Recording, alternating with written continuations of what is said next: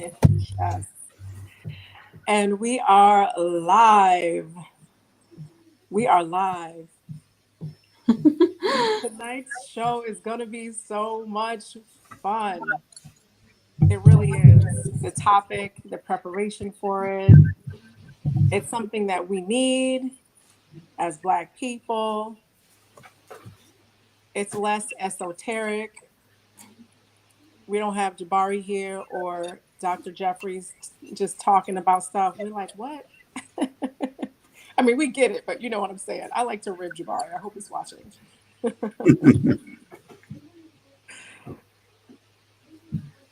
Come on in, folks. Come on in. Let's get these comments going. Give us an Ankh and my aunt in the chat when you join in. Okay, I see some people coming in. There we go. There we go.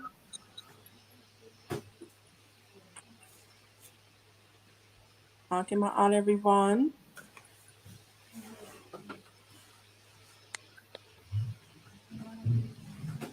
I see the Shrine of my aunt family is joining in. Thank you. Come on in. Aren't they so cute, this couple right here?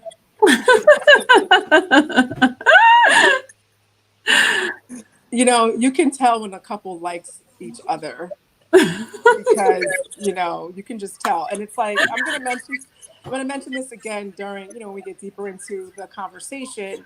But some of the mythology, some of the Kemetic mythology, and I would imagine other people's mythology about relationships, a married couple sometimes is married, a woman and a man married, and sometimes they're sister and brother.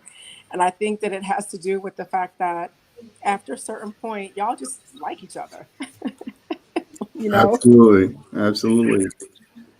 You And, get to, you go know, ahead. we'll talk about in the intimate relationship, you take on every role: brother and Mm-hmm, sister, mother and father, mm-hmm, mm. supporter, adversary.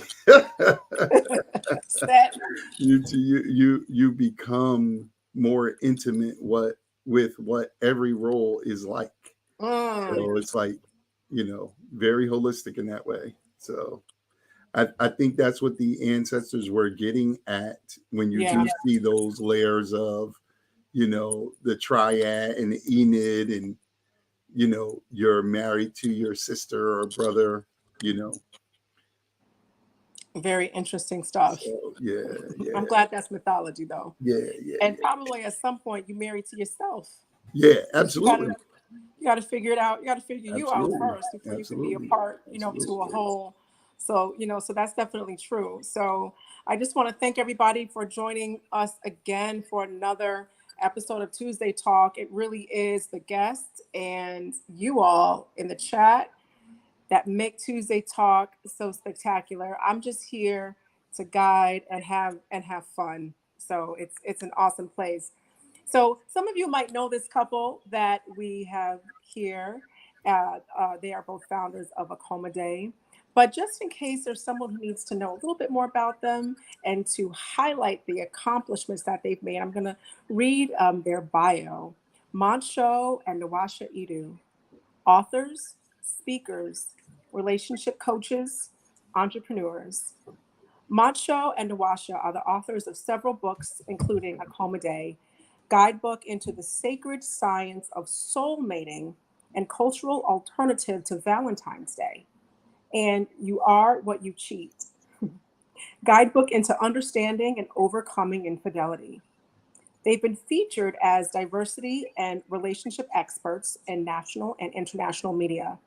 The Edus are the creators of Acoma Day, the cultural alternative to Valentine's Day, currently celebrated in 13 countries. They are dedicated to advancing the global state of personal and social relationships through the practice and celebration of autochthonous culture. And I'm sure we'll definitely get a nice explanation of that. Some of the things that they speak about, and I'm going to just touch on this because this gives you an idea of who they are as a couple. You have Acoma Day, the culture of love, the art and science of soul mating. I'm excited to hear about that one. Understanding and overcoming infidelity, as well.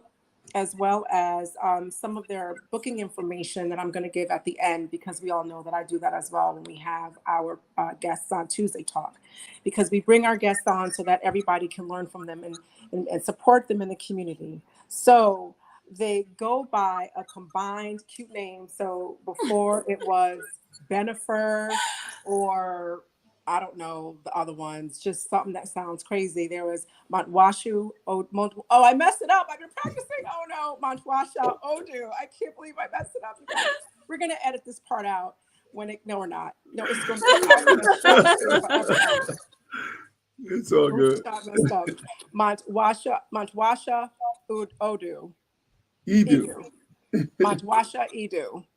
Got to get person's name right. Monwasha Edu. Welcome. Thank you. Thank you. Thank you so much. It's great to be here. Always great to be with the Shrine of Ma'at. Definitely branches on the family tree that we come from. So Absolutely. it's always great to be here. Good, good, good. Glad that I can have you guys here. Yes. And just so you know, for the people who are in, the audience per se, we're gonna have them back. And just like we have a series with Jabari, we do have some special treats lined up for you that we're going to keep kind of close to the vest, but you will see them again, because family, listen, in order for us to really get ourselves back, we have to get our families back together.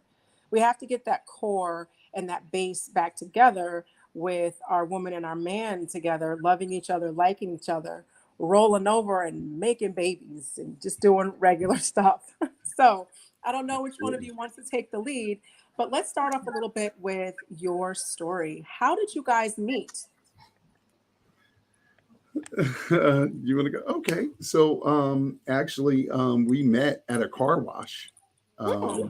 And legendary story at this point, but we met at a car wash. Monwasha and her sister approached me. I was a brother keeping my whip clean every couple of weeks. And so at my, we're from the same hometown, but we never knew each other, never had met each other, or even seen each other before.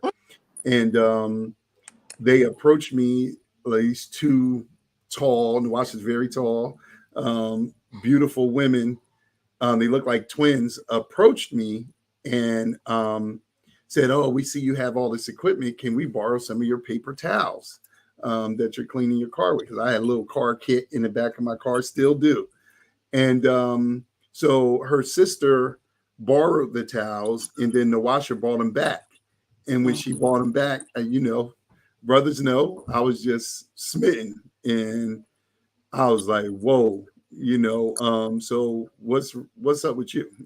And so conversation began, and here we are 22 years later. Oh, wow. We are, business partners, best friends, husband and wife, just about 15 roles that we play with each other. And so, I guess from that time, from that day, I had the wedgeette eye on her. I was pressing. So we have there's a whole poem about it. I've told the story so many times, but every year at Acoma Day we perform the poem. And the poem is called Towering Star, because at the time I was, we used the star, I'm Smai Tawi, Amin Ra, and I was a part of the the Know Thyself, Heal Thyself Center under Baba Haru and Queen Afua.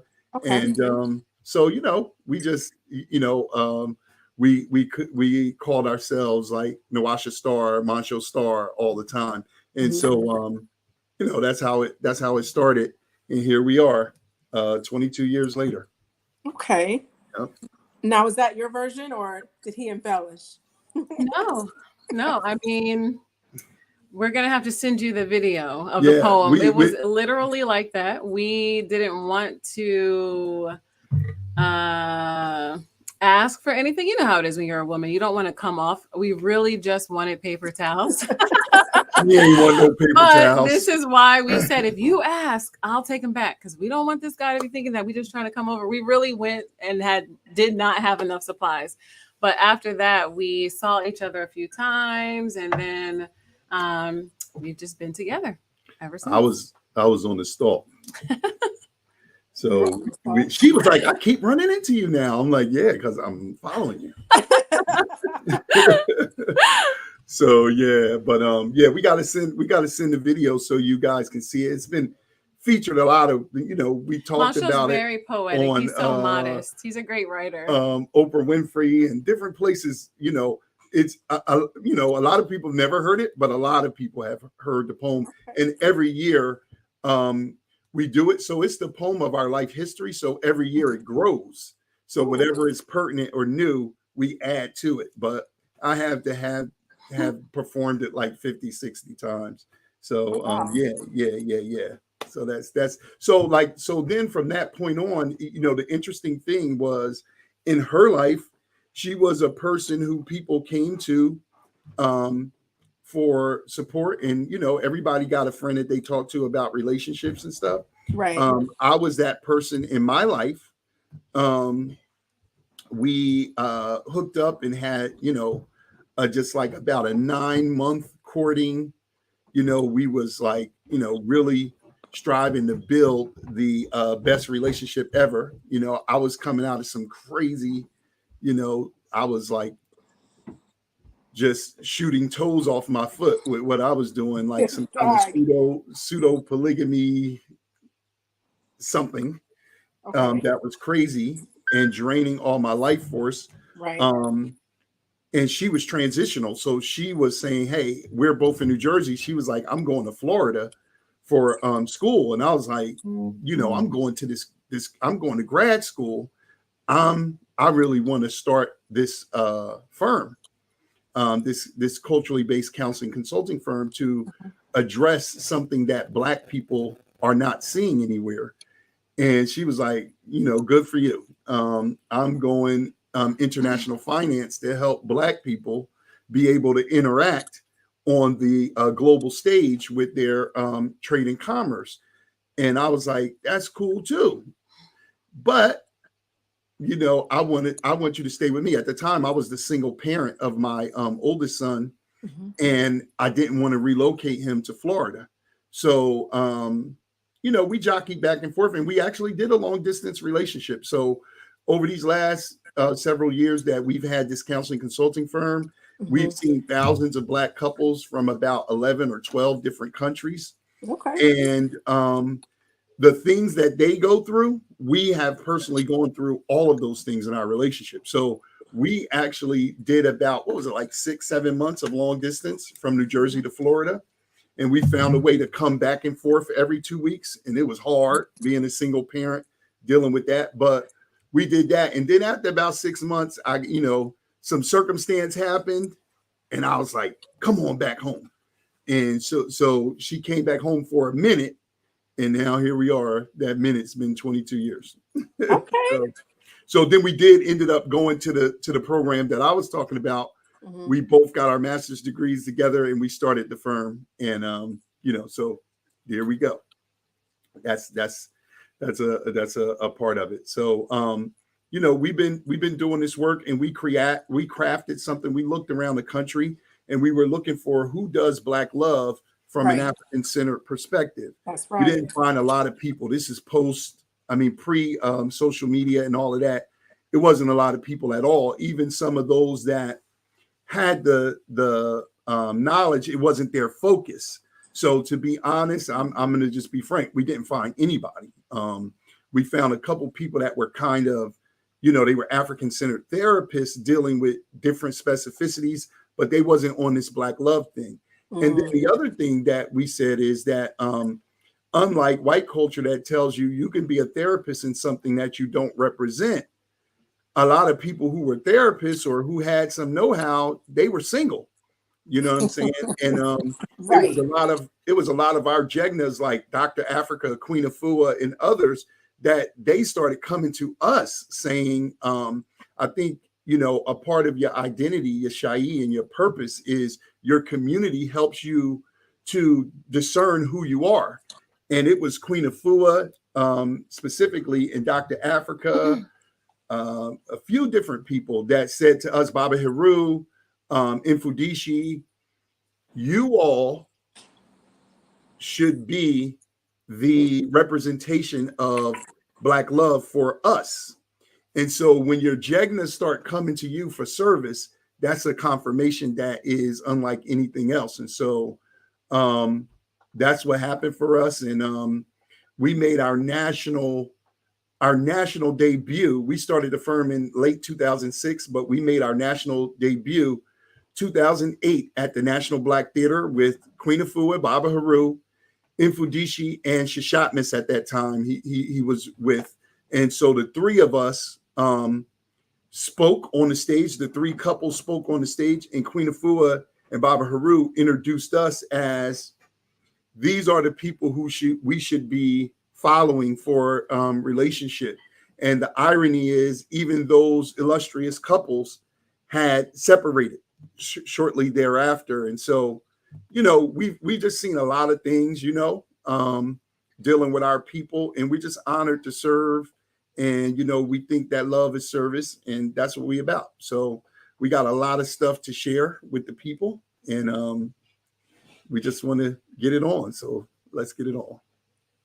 That's amazing. I did not know that. I didn't know Yeah. that you were basically endorsed by the three premier Yeah. African-centered couples, you know, at the time, and Yeah. and one of which was Queen Afua and Baba Heru. That's Yeah. that part I did not know. Yeah, That's we actually do the relationship gateway in Sacred Woman. So right now, we've been Okay. doing it for years. So anybody who, since the shrine has, you know, dismantled, we say we're lifetime members of Samai Tawi, Heal Thyself, Know Thyself, Heal Thyself Shrine. I joined in 97. Monwasha joined in 2001. And we were there until the end. I'm from the first class of Divine Sacred King Man. We did like a year or so in 99. We crossed over March 4th to 2000. And Baba Heru said now March 4th into 2000, right? So Monwasha, Sacred Woman, Holistic Medicine Woman, like 4 or 5 different things under Queen Afua, and then we became assistants at a time.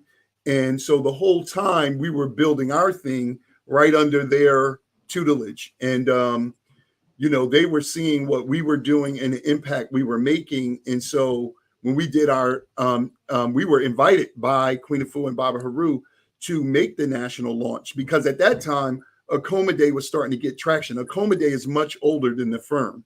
okay. I started Akoma Day before I even met Monwasha, but it had no wings. It was a Right. concept that I had developed with Khalid Muhammad, who was another Jegna of mine. And then he had developed Janame, and I had Akoma Day, and he was like, run with it. And I was doing it, and people were like, oh, I love this idea, but something was missing. And then when I got with Monwasha, Akoma Day was originally one day, February 14th. But then as we began to understand that in ancient times, there was a week-long African-centered love festival that Europeans had jacked and created the festival of Lupercalia that had then become Valentine's Day, which was a much longer holiday. It was shrunk back down. We went to a week from February 14th to 20th, 7 virtues, 7 principles. Monwasha came in and put so much, like I had a structure, but she put so much energy in it, the colors, so many things, and it evolved. And so we always say that Akoma Day has 2 dates. Like it started in 97, but it really took a national, it grew nationally in 2001. And so right now, it's like in about 16 countries now. Okay. I know the thing said 13, but it's a little old. Okay.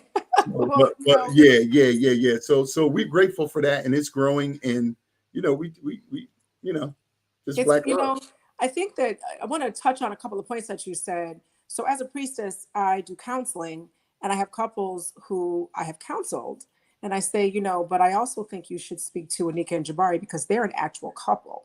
No Like doubt. I'm not in a couple. I am not coupled right now. So all I can do is help you with your personal, situation you need and yours and the dynamic between the two of you, which is more of a general counseling, but the dynamic that is in play with a couple, you need another couple to help you with that.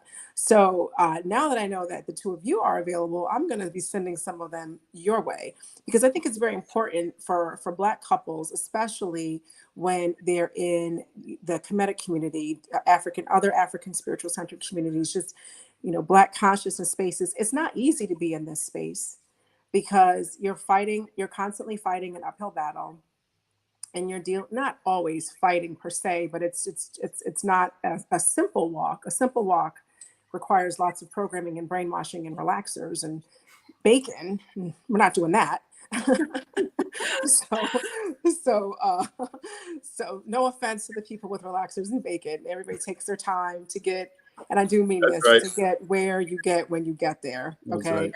I mean, I cut my relaxer out 23 years ago, but that was my walk. That's So right. anyway, so I really don't mean to offend anyone, but and not with that though. Some other stuff is a fact, and you're just gonna have to deal with the feelings. But that's not today's Tuesday talk. So let me ask you this question: what is the essence of what a man needs to do for himself, and the essence of what a woman needs to do for herself to begin the healing process enough so that we can be together? Because for me, it's Black man or bust, period. I don't want any other man. I only want a Black man, period. So in dealing with, and I only want a Black man who only wants a Black woman. If you're going to put me on the assembly line with other women, then you don't know the essence of a Black woman and appreciate that. And you don't, please don't bother me. Go someplace else. And I totally mean that. And it's funny because I was talking to a friend about this years ago, and we more recently reconnected, one of my homegirls, and her opinion changed, and we talked, and she was like, before when you said that, I thought maybe you would miss your blessing. She goes, but now I understand what you meant by that. Oh, absolutely. And you know what I'm saying? And like going through this world, whether you are, pro-Black or you just going to do whatever you need to do to get by, you still need somebody who understands what you're going through at a certain energetic, spiritual level to like get it. So that your energy recognizes that other energy without an explanation. That would just be too draining for me, and just not anything that I don't want to come home after having dealt with subtle microaggressive aggressions that are not very micro, and jokes that aren't jokes or funny, and just transgressions, and then I have to explain it to someone. That wouldn't be anything that I would want. So that's what I don't want. And what I do want is the essence of a Black man for so many reasons. But I'm gonna stop talking because I love Black men, and that's not what today's show is about either. So Nawasha, I would like for you to go first. What does a woman have to work on inside of herself to be healed enough, not completely healed, but enough, so she can contribute in a healthy way in a relationship with her Black man? I think men and women, we use the acronym SOUL all the time in our counseling and in a lot of our writing.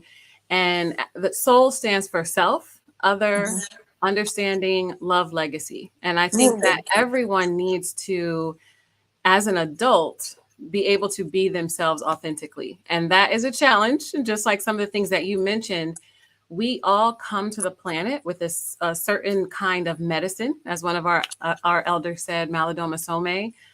Everybody has a reason for being here on the planet. So we all have purpose. We all have no one is here on vacation, is what he used to say. We all came to contribute. So I think that one of the major challenges right now in colonized culture is that we are abused. And so what happens to our medicine is it kind of gets dull, and we do something. We have a lot of courage naturally as children. And then over the years, we are abused, beat up, stifled, all of these things where we build walls that prevent us from loving ourselves and loving each other. And I think one of the most important things that you can do as an adult woman is to find an opportunity to genuinely be yourself. And it's not easy. It's not easy. That includes things like how you're going to wear your hair, how you're going to eat, like really being authentic. Right. Because so many of us look for the other person to be this kind of healing balm that's going to fix us or heal us. We're looking for not just the act of love to do that, but another person to come to our rescue, essentially, and do all the things our parents couldn't do, all the things society couldn't do, all the things we don't know how to get from our culture. And any Black person is having a problem, even if they are eating bacon and have perm and they are in whatever kind of organization that they're in, we're all suffering under a colonized culture. If we're speaking French, Spanish, English, all of these colonized languages, there's an element to our authenticity that's automatically cut off because we don't even know, we don't even have the language for it. So I think that what you really have to do, and this is, you're going to have to sit down and, sometimes you can remember what you wanted to be as a child, what you dreamt about, the things that are kind of calling to your heart, and you have to start living those things. There's a certain magnetism that comes with being yourself for people, for opportunities, for situations. And I absolutely believe this, but I know we use this same principle from different perspectives, that part of divine purpose is encoded into your body. So like literally the way we talk about DNA, the way we talk about genetics and epigenetics, those things are common words or modern words for that contemporary kind of conversation. But the truth is we do have something imprinted on us. So I like to say it's like your fingerprint. It's like your heart print, whatever it is that's speaking to you and calling to you, you actually have to engage with it. And it's going to lead you on step number 1, step number 2, step number 3. That way, when you show up, the more that you know about yourself, you have a kind of natural empathy and grace for the next person. When you don't really admit things about yourself and you don't know yourself, you can falsely hold other people responsible or accountable to things that you couldn't even deliver yourself. So I think the more, especially when you are an adult going into a relationship, the best thing that you can do is understand yourself under conflict, under, emotional fitness, under authenticity. And then when you say, this is who I want to be, let me actually be that. Because that's a difficult thing. We tell people when it comes to identity and when it comes to the pursuit of love and looking for love or looking to maintain love, that one of the best things you can do is say, what are the values that I'm going to live by? And I should live by them now. So I should always be the one willing to go first. Right. And if I'm living that way, I'm either going to inspire someone to join me or I'm going to repel them and make room for someone who can actually complement my energy. So I think that's the most important thing for men and women is to know themselves, to come to the best understanding of yourself, knowing that that is also going to adapt and change. You're not going to stay the same. Life is forever forward. And even as much as we look at our past values and our past circumstances and habits and things that we have done in our culture, life and culture is meant to move forward. So we're going to have to be able to say, these are the values and principles that I'm going to live by, but how will that look in 500 years or 5,000 years or 500,000 years? The truth is the truth, no matter what. We can look back, of course, Sankofa, and know something about ourselves, but we also have to do that today and expect to take that into the future. And if you're living that way, I think you meet other people who are resonating there. You do. And you also, even when you don't, you have a fortitude instead of a disappointment. So I think when you live by more authentic means yourself, when you meet other people and they somehow disappoint you, that's when you can have the grace and say, I know it was Shashatmas who taught me, you can't, when you look at someone else and they lied, they broke their word, can you say that you've never lied to your own self? that you've never broken your word to your own self, To your own at self. some point you're going to have to be able to say, hey, I can draw boundaries, but I can also have grace because I have failed my own self when no one was even looking and I was just making promises to myself. I lied and abandoned what I said I believe. So can I imagine that somebody else can do that? And I think the more that you know yourself, the better you show up looking for relationships, the more sound you feel in setting your boundaries, and the more that you're going to really be magnetically, attracting people who can match your frequency. You know, it's interesting that you said you made a couple of points today. You know, when I walk my dog, I'm like a genius. Like all the answers to life and earth come to me, and by the time I walk in the house, they're gone. But anyway, so while I'm walking my dog and I'm a genius, I just have these. But seriously, I do just have like thoughts. They're not random, meaning they're irrelevant. They just are not necessarily tangential. And one of the things I was saying today was, you speak a colonizer's language. You English isn't your language. It, like, how would you? Because one of the languages I want to master is Spanish because I'm kind of close, not close enough. And I also know that there's cultural relevance when you're speaking Spanish, and different people from different cultures like Puerto Rican, Mexican, Colombian, whatever, have different cultures, slightly, different enough. And then they have different words because words express culture. And so I'm saying to myself, in your English, how thoroughly can you really express your Africanness? I was thinking that today on one of my genius dog walks. I really was. And part of that is because my grandmother, I asked my grandmother to get her the matrilineal DNA um, like found or matched. Because even though we have the same one, I have a bunch of aunts, my mom, it's just more impactful to see my grandmother's name on it because it puts a little history on it. And so, the matrilineal lineage on my mom's side goes to the Hausa land. And so I was looking that up and reading about them. And I look for something that's pre-Islamic, pre-Arab invasion. Just, what were my people doing before the people started bothering us? And so they talked about the language, and he talked about how influential it is in northern Nigeria. It's like 2, 3 in the morning, and I'm just like glued to this because I want to find, like, this is my great great great to the third exponent grandmother that they're talking about. And I said I wouldn't even know what this language sounded like if I heard it. So we're still under a colonial regime because I'm speaking the Queen's English.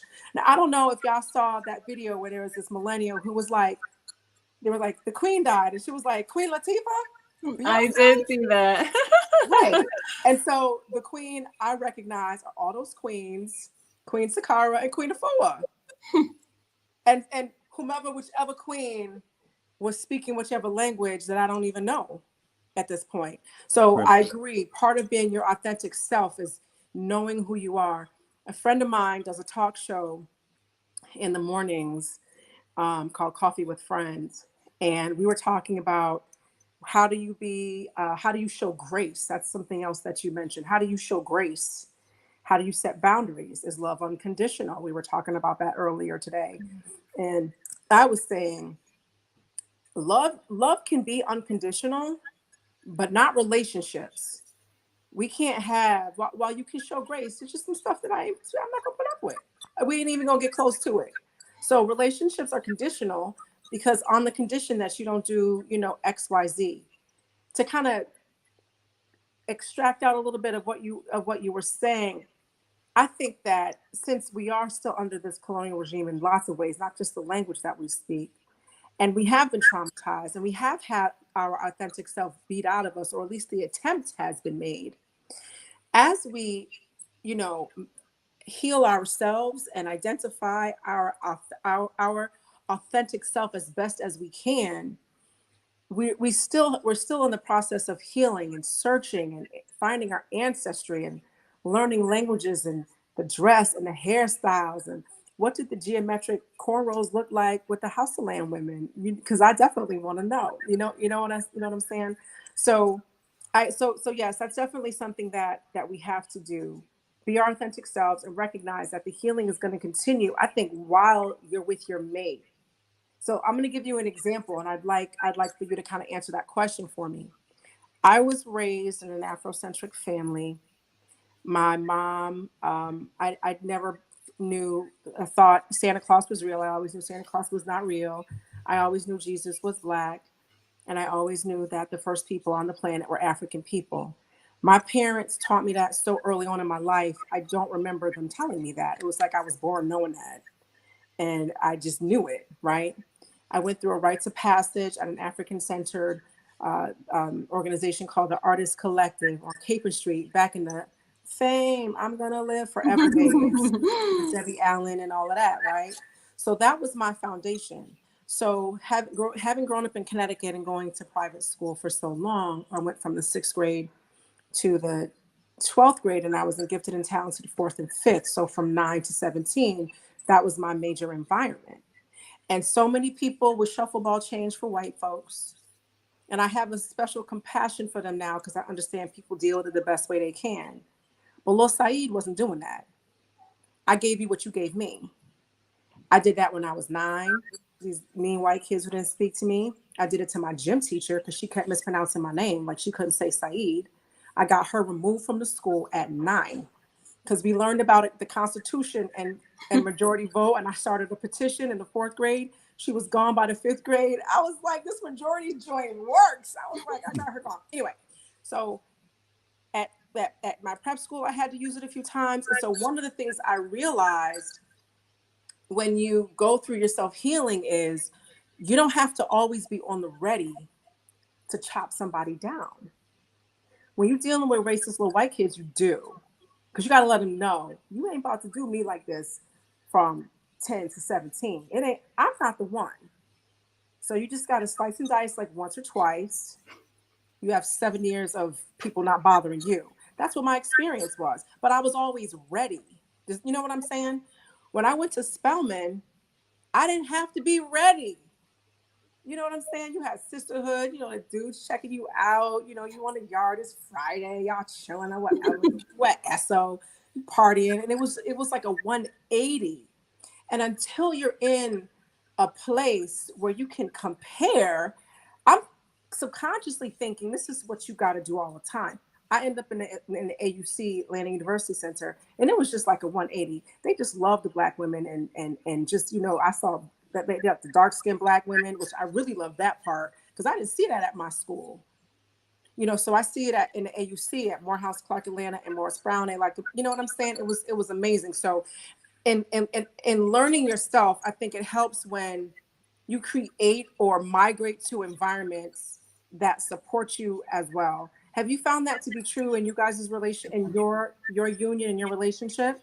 I am just going to add one thing because what you're saying is so important. Part of knowing yourself, you do have to have community. This is something that's so interesting about purpose and about divine order is traditionally you're coming with that medicine in the womb, but you do forget through the birth process. So without your parents and your peers and your grandparents and your aunties and uncles to remind you through, at first there's a divination while you're in the womb where your mother can speak for you and say part of your medicine and your purpose. But then the community assigns a name to you, like you mentioned about your name, that you need to keep saying to the child to remind them of part of their purpose.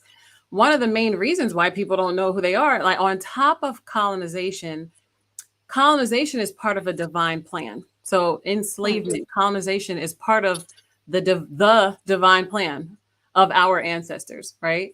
In that, there's a forgetting of who you are for the purpose of remembering. So if you were everlasting and you knew all things, the only way that you could relearn is to have forgotten first.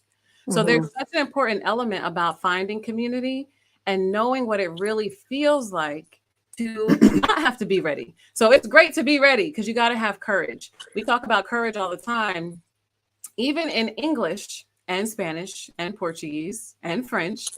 Core courage is there's a root that's similar in all of those languages.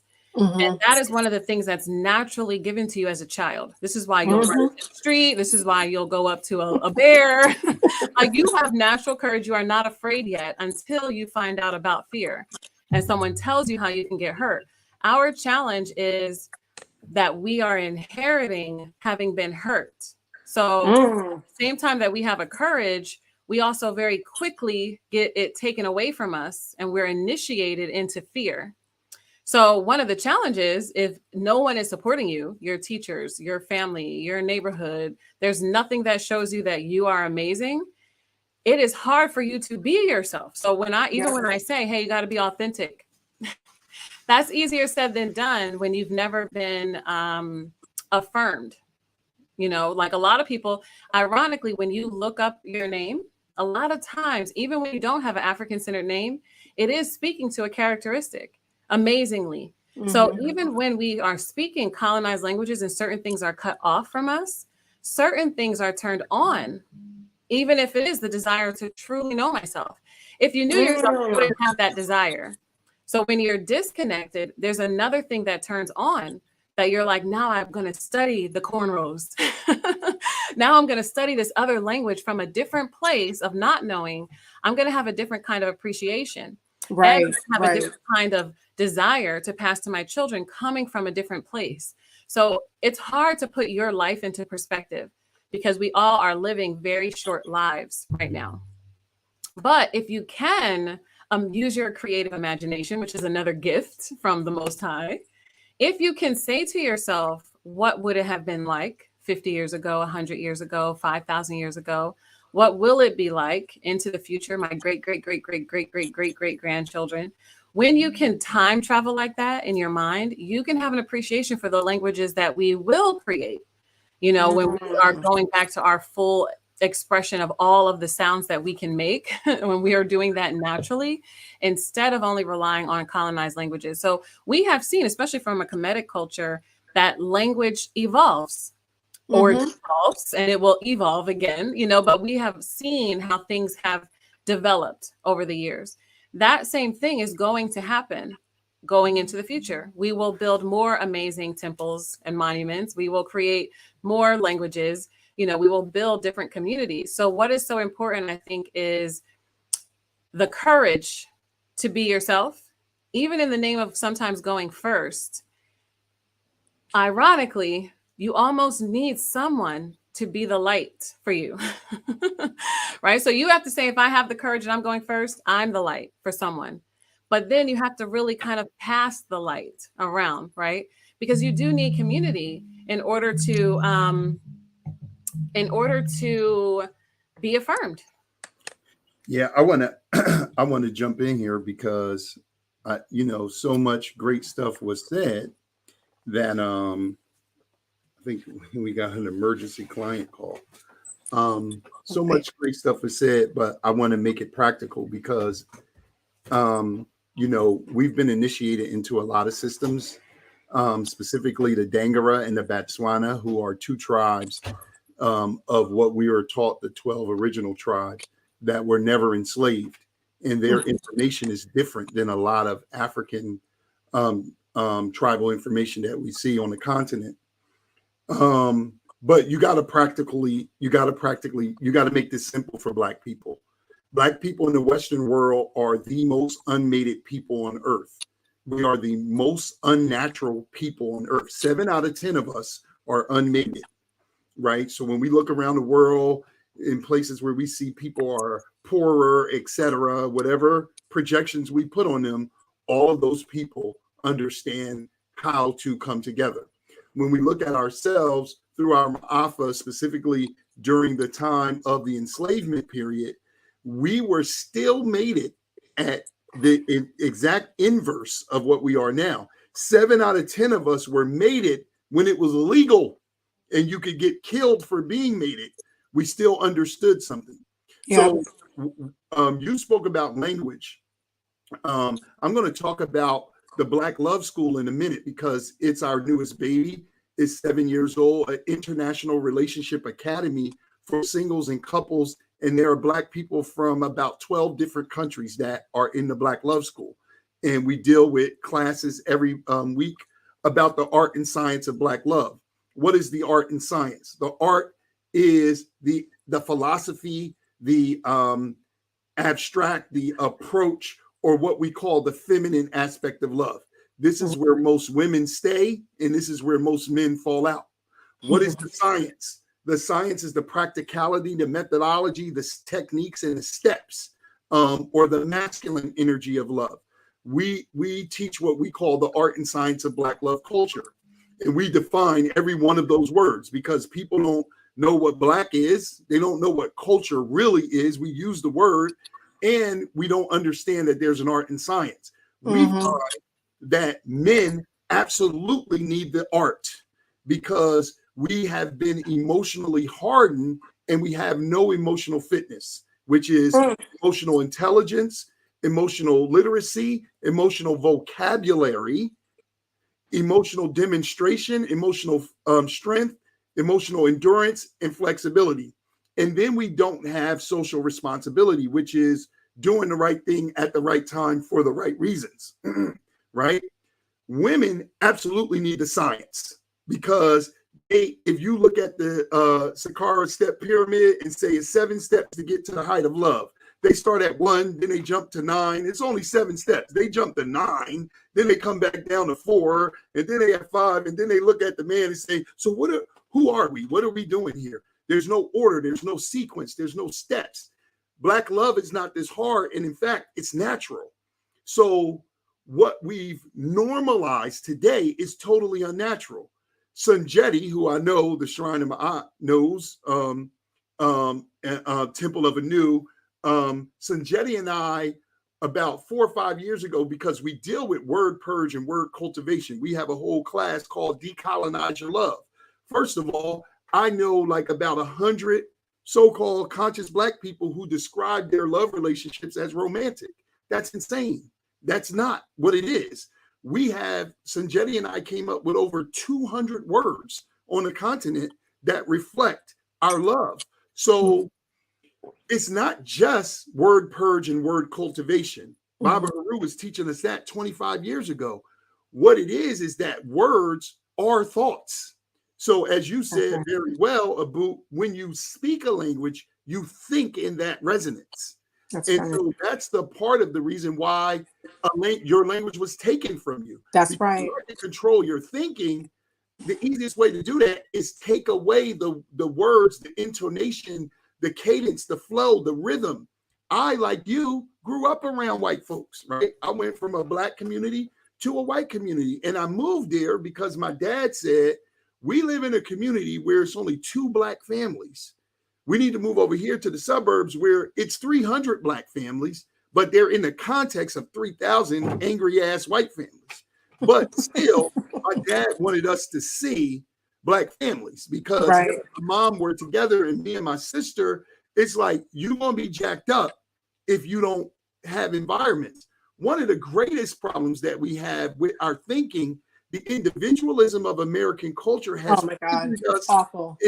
It's poisoned us into believing that a relationship is about 2 people. A relationship always needs a community. In fact, if it doesn't have a community, it's not a real relationship. That's a concept that we don't understand. We're not building relationship off of purpose, which has all the love and fulfillment and excitement and chemistry in it that you could ever think of. We're building love. We're attempting to build relationships to heal. And in the Black Love School and in all of our programs, all of our books, we have 3 pillars.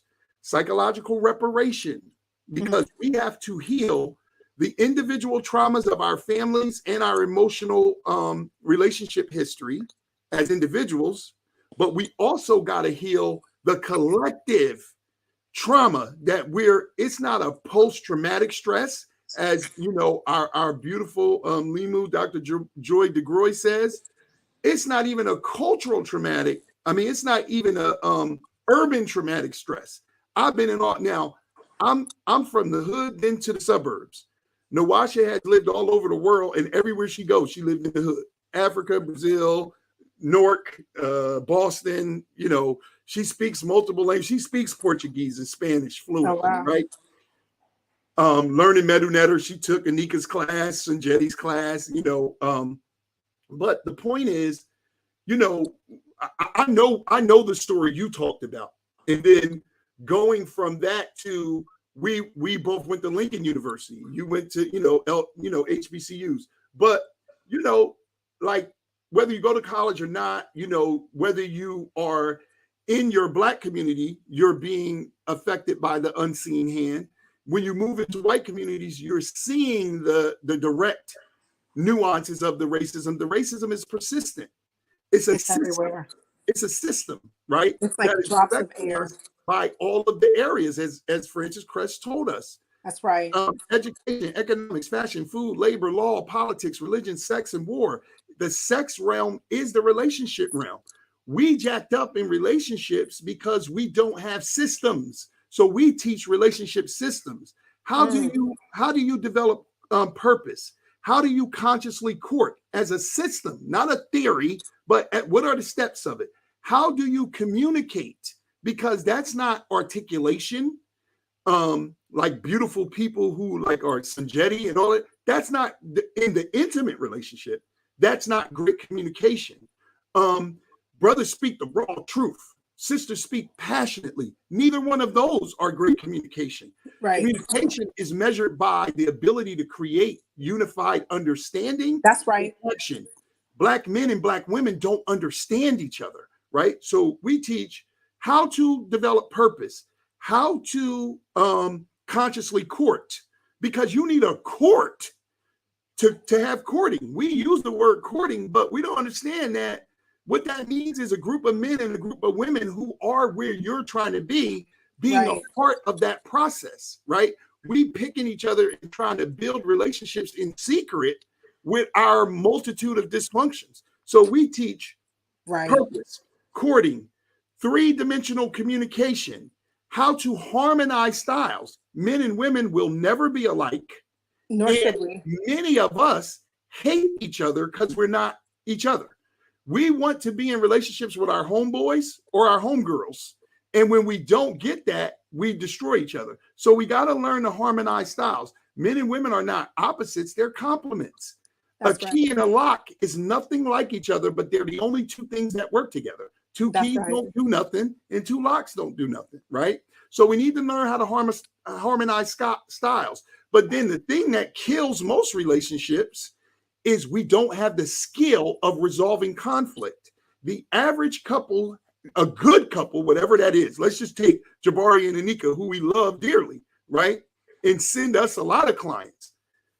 They had 3 to 5, a good couple has 3 to 7 conflicts a week because we have different perspectives, different backgrounds.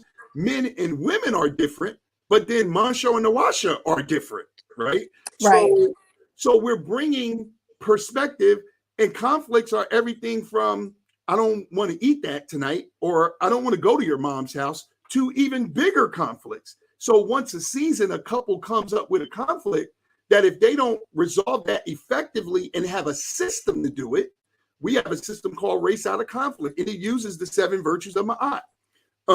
But you got to have that. Then you got to have intimacy and sex, not sex and intimacy, as we misnomer, because sex don't produce intimacy, but intimacy will produce sex, right? Right. And Right. so then finally, the 7th thing that we teach is how to build a love legacy, because somebody's always watching you. I told That's Monwasha, right. in every community, that's you, Abu, wherever you live, brothers know this to be true.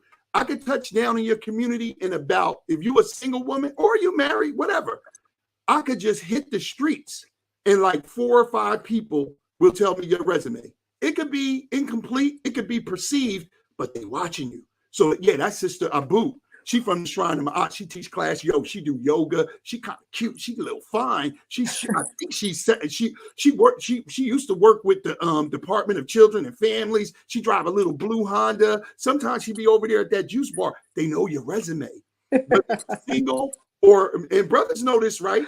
Wait, Right? I'm gonna jump in and say this. I'm not gonna name no names, but this NBA player was hollering at me back in the day. And he asked me, he was like, "Yo, Sai, is XYZ true about you?" And I was like, how do you know that? It was something that only someone from Hartford, Connecticut would know that information. This dude didn't know. Listen, when I say in the poem, Wedget, I was on the Washer stalking. I went into her neighborhood, and there was a barber shop across the street from this home her family owned.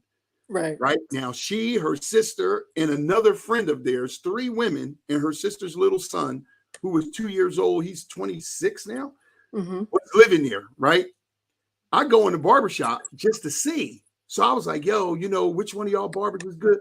Hey, yo, man, what's up with them 3 sisters over there across the street? Boom. All the info. Yo, this one right here, the tall one, she da-da-da-da. One got the bottom, the other one got the top. This one, and that ain't the words they said, but you know what I'm saying. Then it was like the real dark-skinned one, she fine too. This, that, and the third. One worked here, one worked there. This is how I found out where Monwasha worked. I was going to ask you that, like how you right. show up. And so then when I kept appearing around her job, her part-time job was in the mall. She was like, dang, now that we met, I'm running into you everywhere. No, I'm stalking you. Like I'm up here on purpose. So, the point I'm saying is that we got to get this art and science. And the other thing I'm saying to Black people is 7 sevens of how we teach this concept. It's an African concept of progression of life called 7 sevens. 0 to 7 is infancy, characterized by dependency. 7 to 14 is passion. Adventure, characterized by childhood, characterized by adventure. 14 to 21 is pubescence, characterized by passion, not just your physical passion, because most people lose their virginity then, but what you become passionate about in your life. Right, right. 21 to 28 is metabolic maturity. We see, our bodies changed at 30. That's a round number, but it really happened at 28. And that's why we used to eat. We had a 7-year fasting system that would allow us at 28 to start eating once every 3 days, right?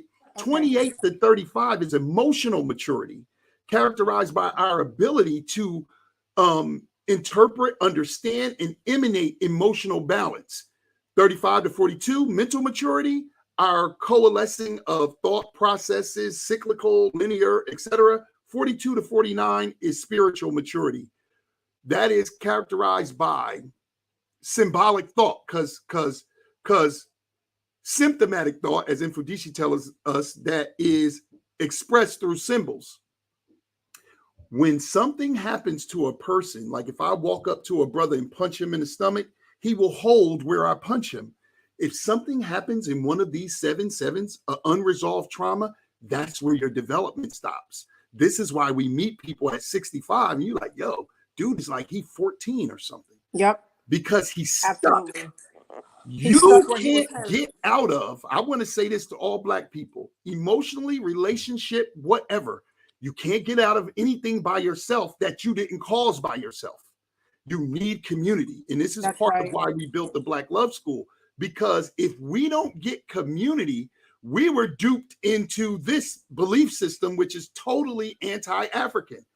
What goes on in this relationship ain't nobody's business. And it's supposed to be hidden. African relationships are sacred, but they are not secret. But they're not secret. And there is a part of your relationship that is just for the couple. It's not for the children, the parents, or any other, your best friend. But the rest of the relationship is for all of us. Why? In order to become a man, a group of men have to take a male through boyhood into manhood. Woman, a group of women take you through femalehood, girlhood into womanhood. But to become a couple, a group of couples got to take you from courting, mating into nationhood. Without no families, we don't have a Black nation. The reason we don't have a Black nation is not because we have ideological differences. We're going to always have variation. Unity does not mean uniformity. The thumb and the pinky ain't nothing alike, but they work on the same hand, right? So we don't got to have the same. Some of us could be more, some of us could be Kemetic, some of us could be Hebrew, but if we're a family, because look, in your own family, you got that, but you're still a family. So if we can bring family back around relationships, we can create standards, and not just ideological standards like an idea. We need to work together. We can create systems that are actual steps of what do we do? Hey, yo, we in conflict. How do we get out of conflict? Hey, I am courting. What is the process now? Because we are wasting significant time. And I'm going to say this as a therapist and as a cultural initiate. Most human beings only get 3 chances of love in their life. You know, your first love, a significant choice you made that could be a profound love or a bad choice because of children or something like that. And then one more time, you get access to something really significant comes your way. What we don't have is this. You asked about what do men need, and what we need: relationship skills. Without relationship skills, your moral character, how good you are as a person, how much you study, how fluent you are in Medu Netter, none of that. How many tattoos you got on your body of the Ankh or the Wedge, it means nothing. If you don't have them 7 relationship skills that I'm talking about, you're not going to be effective in a relationship. You won't get somebody to like you for long enough to stay with you through the cycles of life, because the 2 individuals go through the 7 sevens, but Right. the relationship goes through the 7 sevens also. So, like, for example, me and Monwasha are 22 years in. We're in the 21 to 28 range. We're in our 3rd 7, right? Going into our 4th 7. Most people that we deal with, we got Jegnas like the Jeffries, we highlighted in the Coma Day book. In the beginning of the Coma Day book, we talk about Black couples throughout the diaspora, throughout time, all the way up to modern day couples, all the way up to symbolic couples like Fred Sanford and Weezy, because he represented for us as Black people what it's like to carry on a relationship when one partner is in the spiritual realm. So, Elizabeth, I'm coming to join you. Oh, I said Weezy. That's George and Weezy, but Fred and Elizabeth. So, but we talk about Rosalind and Leonard Jeffries. When you've been with somebody so long that you're going through your cycles of life and love, and they're going through that too, you're building something different. You're not growing old together, you're growing wise together. And that system that you're passing on becomes nationhood. Black people from whatever city, country, rural area they're from can tell you and agree on this.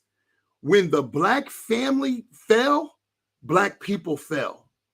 Black people won't rise. I don't care how much money we getting, how much research we doing on culture and all that. We won't rise until families get together. And until we make this art and science a practical thing, a lot of us, and I despised our brother who's in the ancestral realm, talked to him, wrote him, reached out to him, Kevin Samuels, but you're going to die by yourself with all this knowledge, with all this beauty, with all this stuff that you got in your trinkets, because there is no level of fulfillment, not money, not prestige, not fame, not being healthy, none of it. There's no level of fulfillment that matches being in an intimate relationship where you can express the fullest expression of your African-centered self. And Black people, I hear all over the country talking about that you complete me is a Eurocentric idea. You're out of your mind. It is absolutely a Black idea, and it is actually what the symbol of the Akoma that we're calling the heart is about. 2 people come together to make one thing. That's and so if we don't understand this, all of this other stuff that we doing is for naught, because we are vexed in being oppressed. We talk about a culture. What is a culture? It's a group value system. What is the groups? A bunch of families. Black people are fighting. The Fortune 500 is 500 families, right? And you fighting them and telling your child, you just look out for you. Don't worry about no relationship. Just get your degree and get in debt to them 500 families, and they're going to have you on a string, and you'll get a car and a condo for it. if we don't normalize getting families early, there is nothing that we could study. Because let me say this, I heard a lot of people adding on saying knowledge of self and all of that, and that's beautiful. You don't have to learn anything. All you have to do is uncover yourself, because in cultural initiation, psychological repair is healing. Psychological reparation is healing. Relationship education is the art and science, the why and the how, the right practices of love. But cultural initiation is tapping into the unconscious mind. It's different than the conscious mind or the subconscious mind. Conscious is awareness present awareness. Subconscious is repressed memories, as Freud called it. You were conscious of them, but they're repressed for a variety of reasons. You forgot them, or trauma, or whatever. Unconscious mind, what is that? Your ancestral DNA that's supplanted in you at birth, at conception, right? So your real birthday is when the egg and the sperm fertilize, because at that moment, ancestral DNA is supplanted. So this is why people do the Harlem Shake and then find out, oh, that's the Boston earthquake from 50 years ago. Then they find out that's a dance in Namibia. Now, we don't know how we know that, because it's in your ancestral memory. That's right. The only thing that unlocks that, you spoke about it in your life story, initiation. But we can't be an initiation just from 9 to 14. Life is a continual initiation. And the reason why you see people today, and I know you do, because I did too, we went through initiation with when we were young, and they crazy as hell right now. They don't got community to uphold those value systems. So without community, you can't just be Jay-Z and Beyonce on an island. That's not a good relationship. A good relationship, and it's no disrespect to them, a good relationship is one that embraces a community.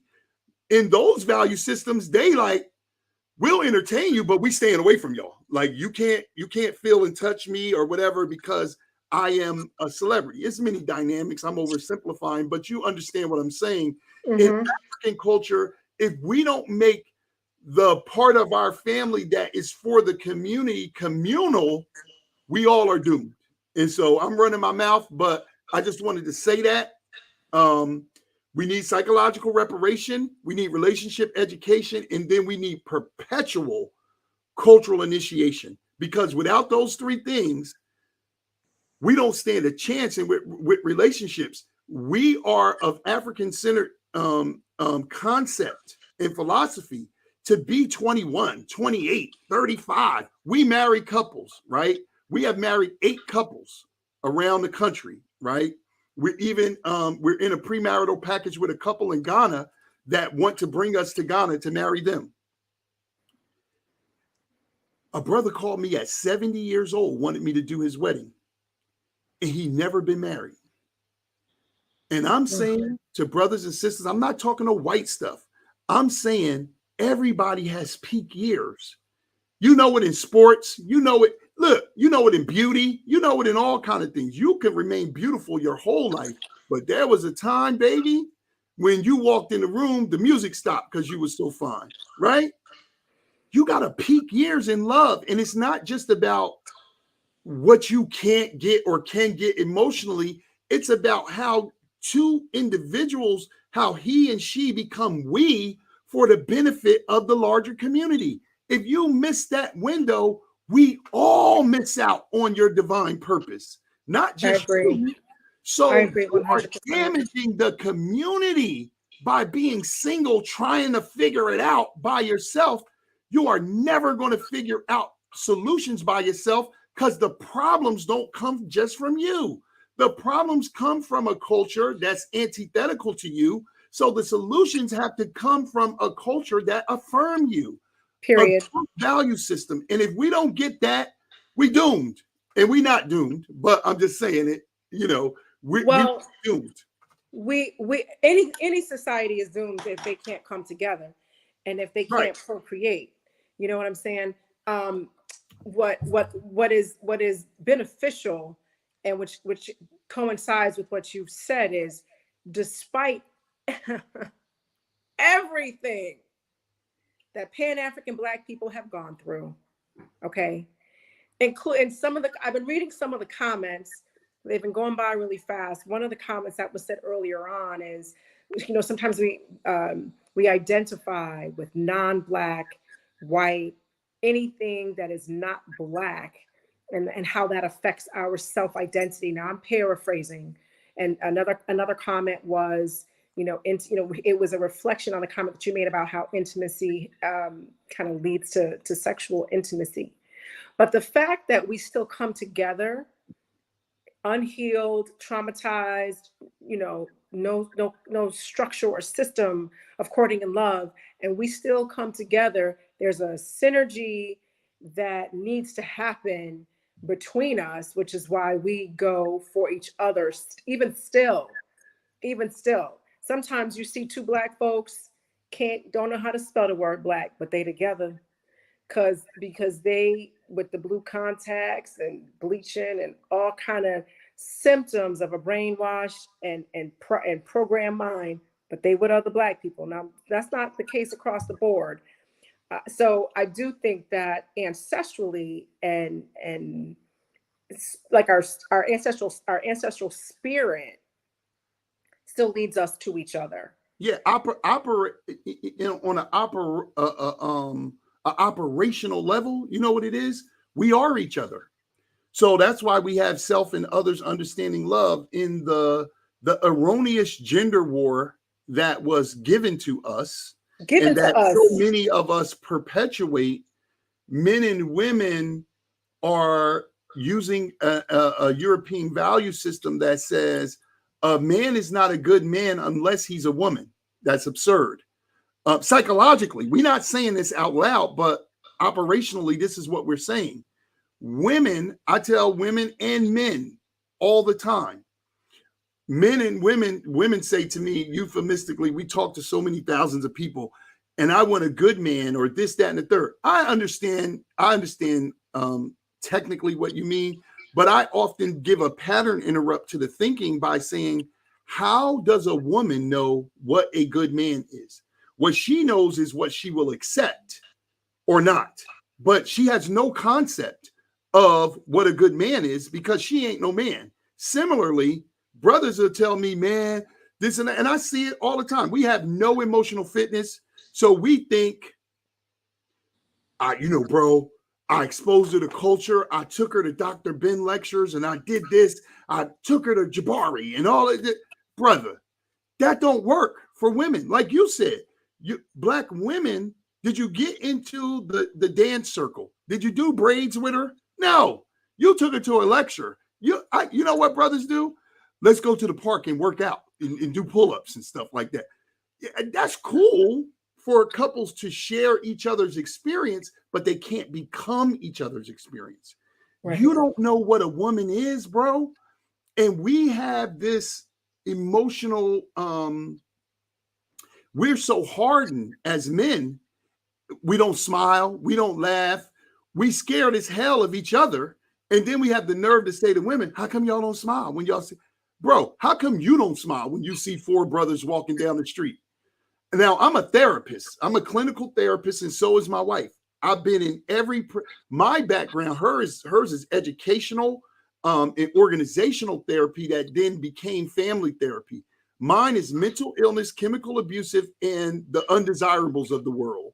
Rapists, murderers, killers, and I've been in every single prison in New Jersey working with brothers. I have a rites of passage right now. I was just telling somebody, I think me, Jabari, Supernova, it's those brothers Sageman, and somebody else. It's 5 rites of passage that I know of in the country that are culturally based and are the real deal.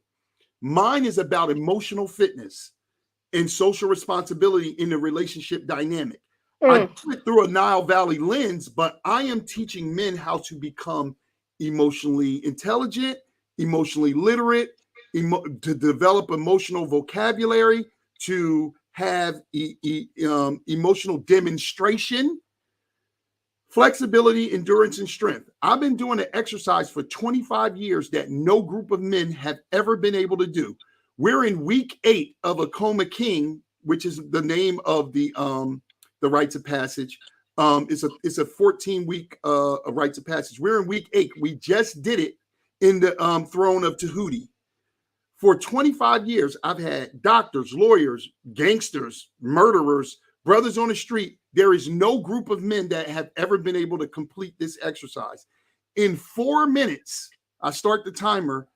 Give me an emotion, a word that's an emotion from every letter of the alphabet. No group of men that I've ever been able to encounter has ever been able to do it.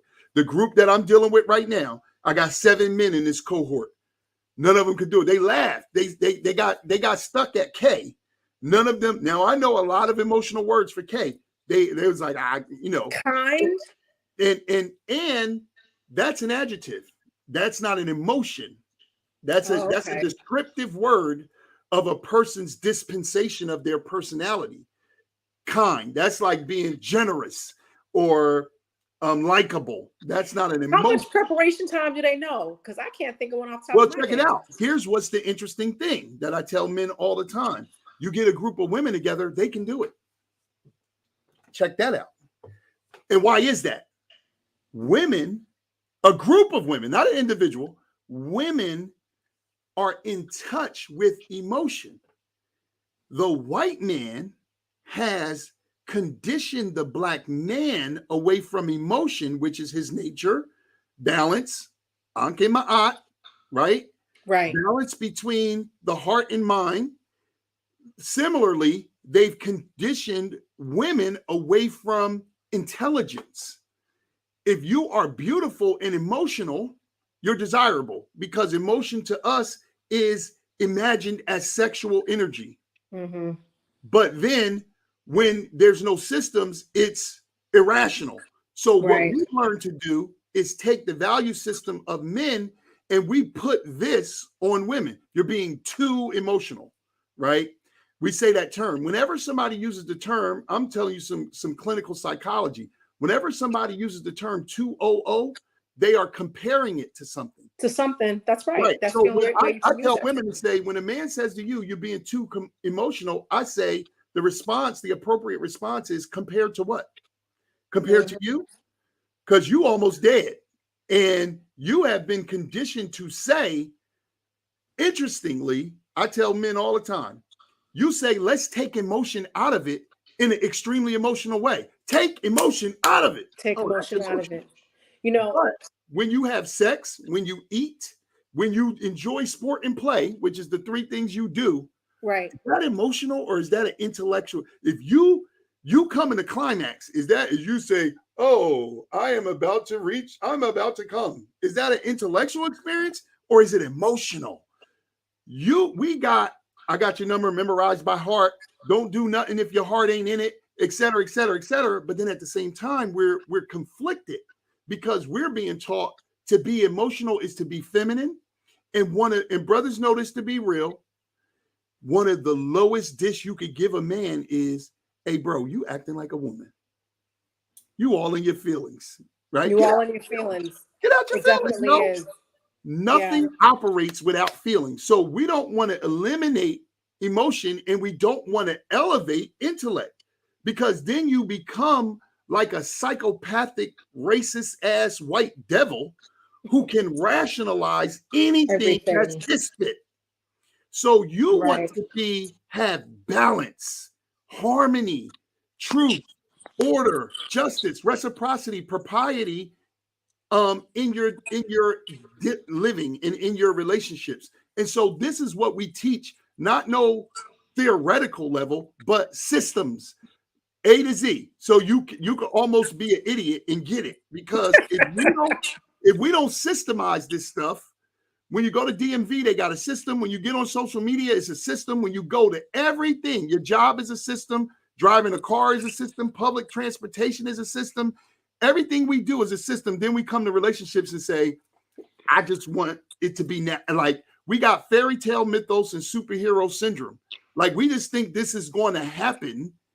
We gassed up, but we have no skill to drive the car or know the street signs or whatever. We just full of gas. And we think that that's going to get us from A to B. But if you don't know how to drive this car, you're going to go down the street and kill yourself or somebody else. And that's what we're doing in relationships. So, and And I remember having a conversation with someone, and she was saying, so and so and so and so came together through an arranged marriage.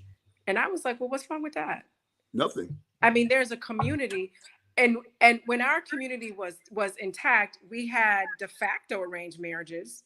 You should marry little so and so's. Go to so and so's house. Her grandson gonna be there, and the grandmamas were on the phone, and then the little grandkids meet, and then they get married 2 years later when she gets pregnant.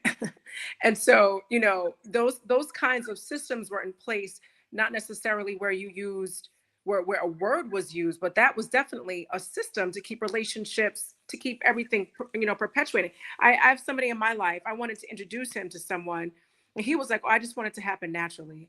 And I'm like, the frame of mind to anyway. I just think that's ridiculous. You know what that is? That's a defense mechanism that we all use. Men and women use it. Women use it more than men because the threat of these psycho men is really real. Like now, where I come from, unfortunately, we had one of our clients, we talk about it in the You Are What You Cheat book, ended up in a murder-suicide, right? But women are scared. But let's be real. No, I was going to connect a guy friend with one of my homegirls. Right. But I'm saying men and women are using it as a defense mechanism because here's why men are scared of that. Okay. Feminism has lobotomized Black women. And this is not their nature, but the philosophies of feminism have made many men over the last 40 years feel like they don't have a room in relationship. This is why you saw the rise of Kevin Samuels and Manosphere and stuff like that. It is the pendulum swing back of women been talking these lists and what a man has to be and this and that and all of this stuff that is not their cultural value system, but it is borrowed from feminism, right? While feminism affected and manipulated Black women, it gave them a narrative that poisoned their own minds. The same way that you had for 25 years, people say, I'm married to hip hop. Black women is my mistress, and like ridiculous stuff like that. The same way hyper materialism had poisoned Black men. We don't believe that we're men unless we have something or we can do something that other men don't have. So it goes from our penis, our money, or our sports ability or something. The only way I can define myself as manhood is something I can touch. Is that I have something that other men don't have. I got a wicked, like Biggie said, you slinging crack rock or you got a wicked jump shot. If I'm good at something, then I'm a man. Right. But the idea that my life is unique and has purpose is missed on all of us. So it's like, what do I have? Right? Oh, I'm 10 inches and you 7 inches. So I'm a real man and you ain't. You know what I mean? These are absurd things that these are not our value system. So when men was getting poisoned with that, Black men, Black women were getting poisoned by feminism. And for 40 years, think about it. From 86, Oprah came on the scene to today. Now we see a psychotic pendulum swing from these really crazy men that are out here in this manosphere, and Kevin Samuels was their leader, right? But Black women have been talking about relationships with Black men, and Black men haven't been in that conversation, and they mad. They tired of hearing the bullshit. They tired of hearing concepts that they know are not complete. And a lot of Black women who've been talking can't maintain relationships. So what you're seeing in the manosphere is a pendulum swing. We've been hearing this BS for now, and now let us tell you about you. And that's still the wrong approach. It is. Neither one of them is our value system. What we have to do is embrace our own value system And it's hard to do outside of culture. So It's impossible to do. I want to jump in and say this. Go I ahead. remember in high school, one of my friends, this white girl, she was talking to me about feminism. Mm-hmm. And she said, she was like, we don't need men. Right. And I'm thinking in my head, I'm like, this already doesn't make any sense, but Right. this is in my head, but go ahead. And she said, if all the men on the planet died right now, there are still enough women pregnant with little boys for humanity to continue. So my immediate response in my head was, that just goes to show that we need men. And so I was like, this feminist thing, this doesn't have anything to do with Black people. And this is what I'm saying to myself. And I said, I don't know exactly why, but I just know that this ain't it. This has nothing to do with me. Mm-hmm. And it is, I'm not going to tell my age, but it is one of the most absurd things I've ever heard in my life. I heard you say that before. What'd you say? I heard you say that. I said I heard you say that before. Oh, I said, yeah, because it's just so ridiculous. And I want to say something to this brother Richard Sheffield, because I'm a real one. Yeah. Dr. Amos Wilson, Naeem Akbar, Dr. Africa, and Francis Cress Welsing are my direct teachers, not YouTube, not I came to some lectures and took pictures with them, but they are my direct teachers. My brother, what I am talking about is the psychotic displaced Black man, not Black men, to assume that a Black man doesn't understand Black men is insane. I am actually a clinical therapist who have been working with Black men for 30 years. I was trained by Dr. Africa. I was trained by Francis Cress Welsing, Naeem Akbar. I know Wade Nobles. Okay. So, and I had several conversations and meetings with Dr. Amos Wilson, right? So you could take that for however you are understanding what I'm saying, but you're saying, listen to him carefully. I'm saying that too, brother. Listen to me carefully, what I'm saying. I'm saying feminism is insane and the manosphere is insane. And why is it insane? Because neither one of them are based in African culture. Neither one of them are the value system. So when I'm describing the feminist woman, the feminist Black woman, I'm describing a Black woman who's outside of her nature. In her nature, she is divine. When I am describing the manosphere Black man, I am describing a Black man who's out of his nature. If you would say that I do not understand what I'm saying, explain how 7 out of 10 Black people are unmated and unmarried. And of the 3 that are together, 2 of them are unhappy, but they are together because of children or financial obligations. 1 out of 10 couples are actually fulfilled, right? That 1 out of 10 is using African principles, whether they know that's the name of it or not. That's true. Because if you look at years past, when we were able to stay together and have fulfillment, did we have those virtues and principles and laws of absolutely. Did we have truth? Did we have justice? Did we have righteousness? Did we have order? Did we have balance? Did we have harmony, reciprocity, and propriety? Absolutely. Now, we may not have called it Ankh Ma'at. We may not have called it whatever terminology. Right. But when you're operating a principle, this is what Infudishi talks about symptomatic thought. When you're operating a principle, it doesn't matter the word you call it. It is operationally, does it serve you? Right.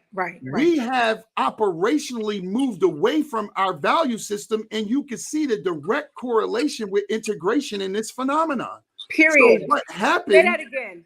Yeah. So what happened is when we moved out of communities, when we used to be in Black neighborhoods, you knew everybody by your family. That's right. Who are you? Right. I'm a Phelps. Oh, you Reggie Phelps, Ellis Phelps. You them? No, we the other Phelps from down the street. Oh, I'm a Johnson. Oh, Kim and them? Nah, those are cousins. We We so-and-so Johnsons. So the neighbors were defined, the neighborhoods were defined by the neighbors. Now That's the right. neighbors are gone. It's just the hood. And so I'm gonna tell you real, bro. I'm real. Like I'm a I'm a therapist, but I'm also a black man. But more importantly than that, I've been happily married, and definitely not perfectly, for 22 years, right? 6 children. I could go on, but the point is, you don't got to agree with nothing I'm saying. I'm not one of these people who's trying to assert some theory. My name, Monwasha Edu, literally means black love. That's a name I was given. It means black love, right? Monwasha means black. And usually women have that name from Setswana or Botswana or the Southern African tribes. It is a feminine energy of love, right? And Edu means love, right? And so that's what my life's work and my mission is about. What I am striving to do, because we don't got to all agree. Again, Right. unity is not uniformity. Your thumb and your pinky ain't nothing alike. They don't operate or anything alike, but together they can strike a mighty blow. I'm trying to say this in this superficial, pseudo intellectual era of social media illusion. I don't care what somebody come on a post of mine, an interview or whatever saying. My stuff been seen by 11 million people, and it's 500 million people who have no idea who I am. So I'm not tripping off of that, right? What I'm saying is this: black people have to be able to get together, and this is not theory. When you're living this, as you said, Abu, from the beginning, there are operational concepts that become clear.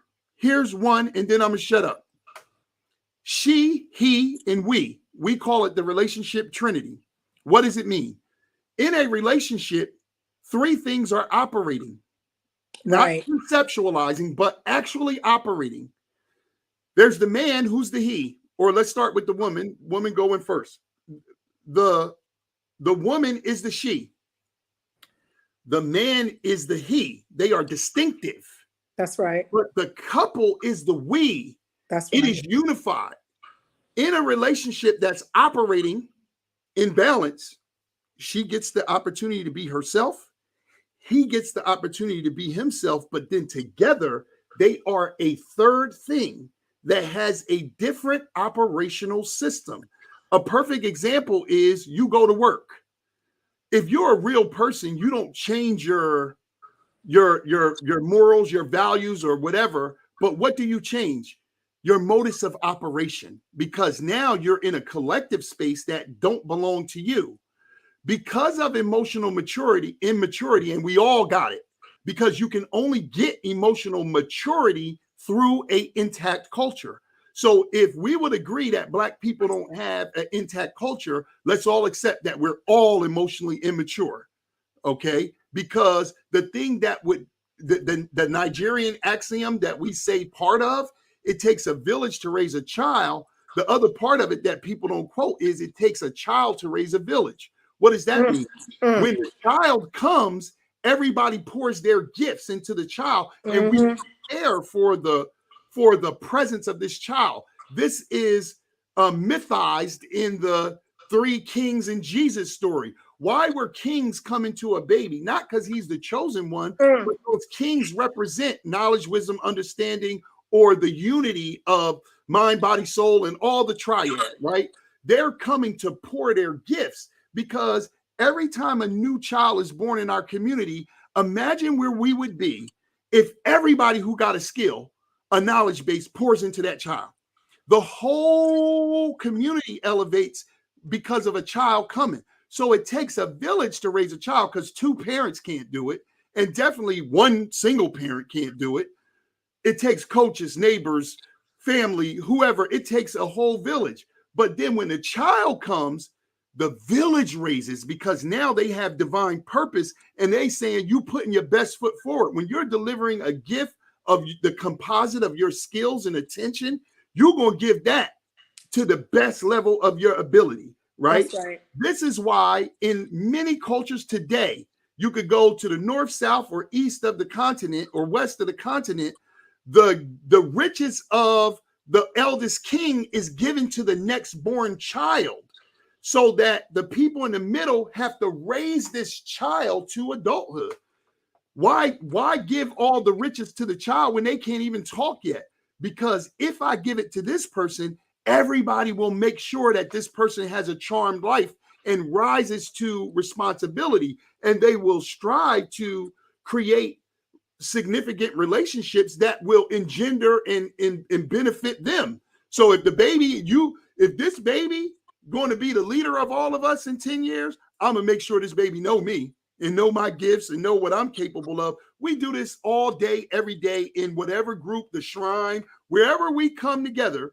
We're letting those people of significance know, hey, by the way, I do this too, and I am this too, and when I grew up, I knew this too. So in a relationship, emotional maturity is this: the world has beat us up, and we want a healing that we don't know how to do, but we want our partner to figure it out. And if they don't, we will hold them accountable for, this is what Monwasha was saying at the outstart. There's a great book called Silent Expectations, written by 3 Black women. They're therapists. Monwasha had the opportunity to be with them when they were writing the book. And what he's talking about in relationships, I got a silent expectation that I've been holding long before I even met you as an individual. We come in relationship, you break the expectation. I never even told you what it is, but you break it. Now I hold you accountable. That's emotional immaturity. That's what we all doing. And you're going to do that if you don't have relationship education and you don't have a culture to support those concepts. That's right. So I'm saying to the brother, and whoever will say whatever, I'm going to just say it like we say on the street. You don't even know me, yo. Cut that out. Coming in on the end of something.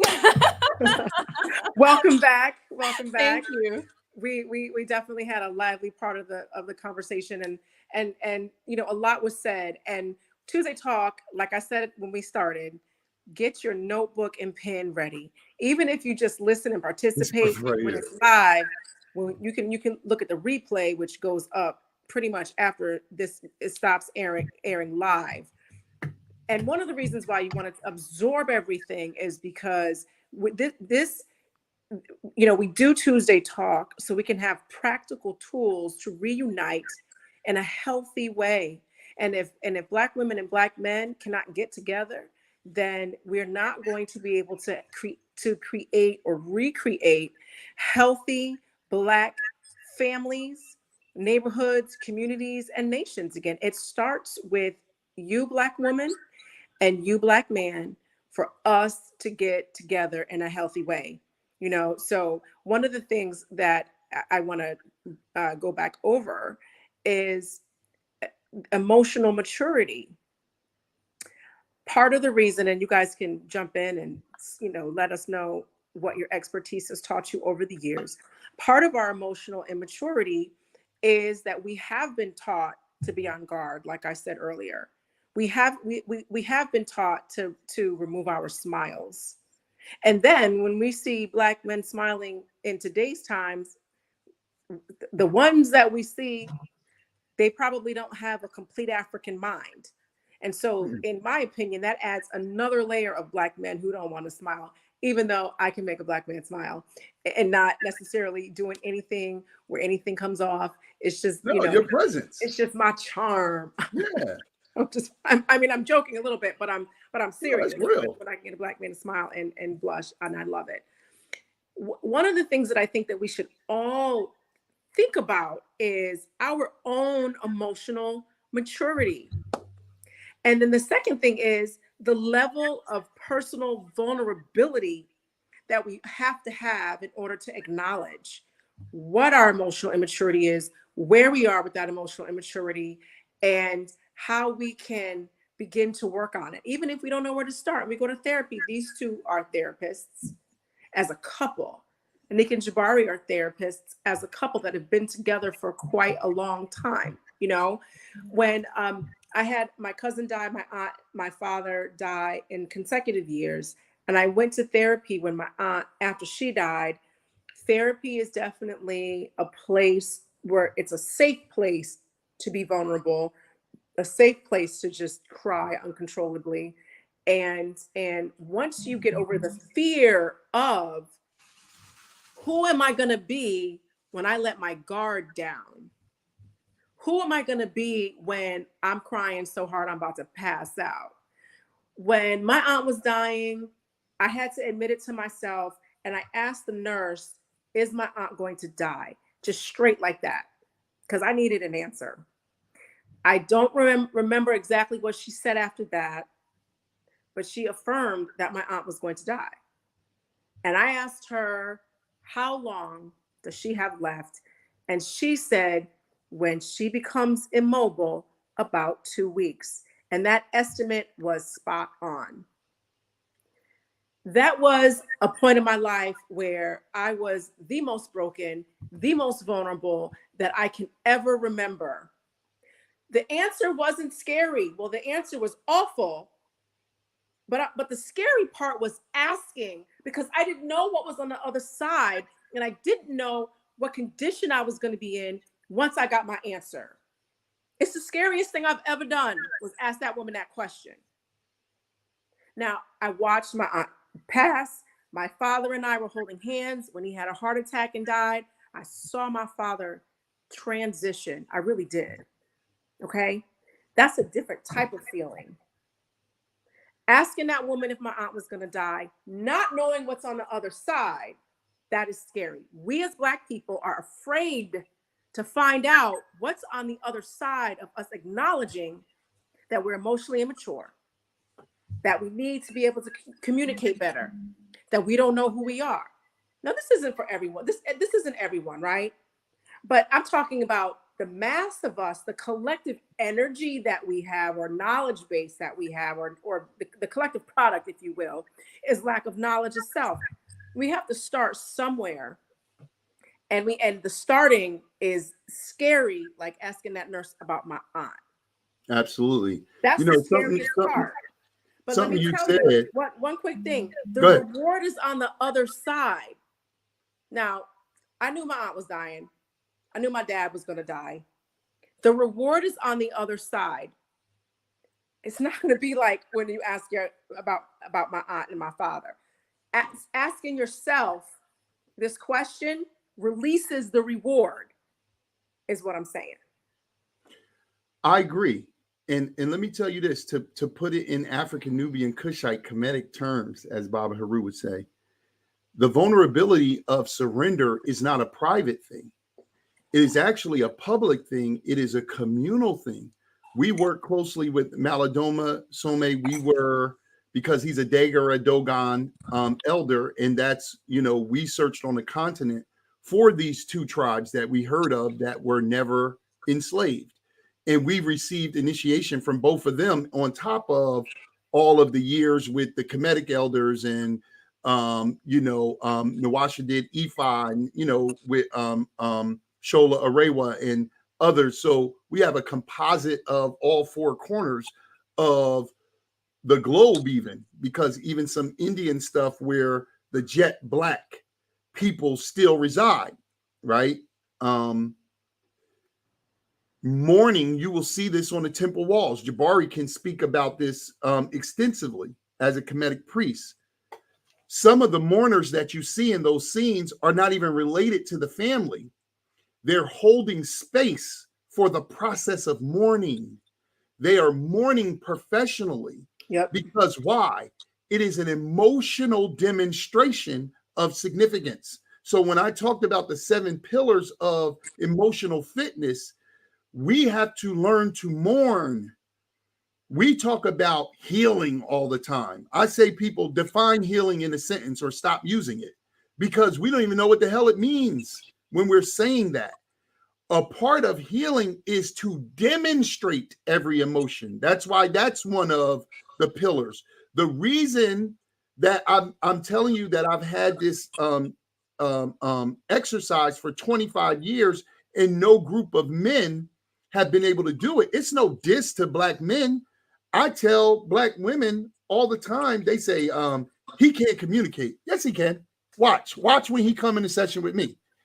Because as Black men, we have an innate communication system that's very different than women. Just like Black women have two Black women come together, they don't have to know each other. Hey, girl, oh, I love those earrings, and da da da da. They start off with emotional words. Oh, that is, oh my, that lipstick is beautiful, sister. Wow, wow, wow, wow, wow. But with brothers, so that is an inside out talking. Look at the anatomy of women. It's the inside coming out. For us, we always have to have an intermediary thing between us. This is Francis Cress Welsing teaching me this directly, not from YouTube, but some of my teachers, right? We talk about things. Oh, you like the Eagles? Oh, I'm a Giants fan. You like, we don't. Then when we get things that we agree on, then we use emotional words. Oh, I love the way Jordan and them did whatever. Once we can agree outside of ourselves, then we can use emotion. Well, where this hurts us is we're only allowed as Black men, because of this psycho-ass system that we're in called the global system of racism, white supremacy, we're only allowed to express and demonstrate like 5 or 6 emotions. So we talk like infants. Amos Wilson, right? Glad, sad, bad. You ask a Black man, how you feeling? Good. You good? I'm all right. You know what I mean? You ask a Black woman, you know, right now I'm just loquacious because I'm feeling so, you know, she's going into all of these demonstrative words that are, when you express an emotion and demonstrate it, you give it release and validity. If you never do that, you don't even have a word for what you're feeling. And you know what we say? We say stuff like this: I'm feeling some kind of way right now. Right. But that's what I say too. What kind of way is it? What is the word that you're feeling? I'm in my feelings right now. Or or I say a lot of times, and that's why we're dealing with emotional fitness with men. I want you to know, when me and Sanjetti, we looked up about 200 words, Zamunye or whatever, that means love. Black men with knowledge of self, like, you know, in my romantic life, you're out of your mind. Like you just said, I understand why you're using that term. I love you, brother. We speak in English, so we only know those words. But in the Decolonize Your Love class, we talk about those things. We have sex like enslavers. I'm hitting it. I'm beating it up. I'm gonna smack you.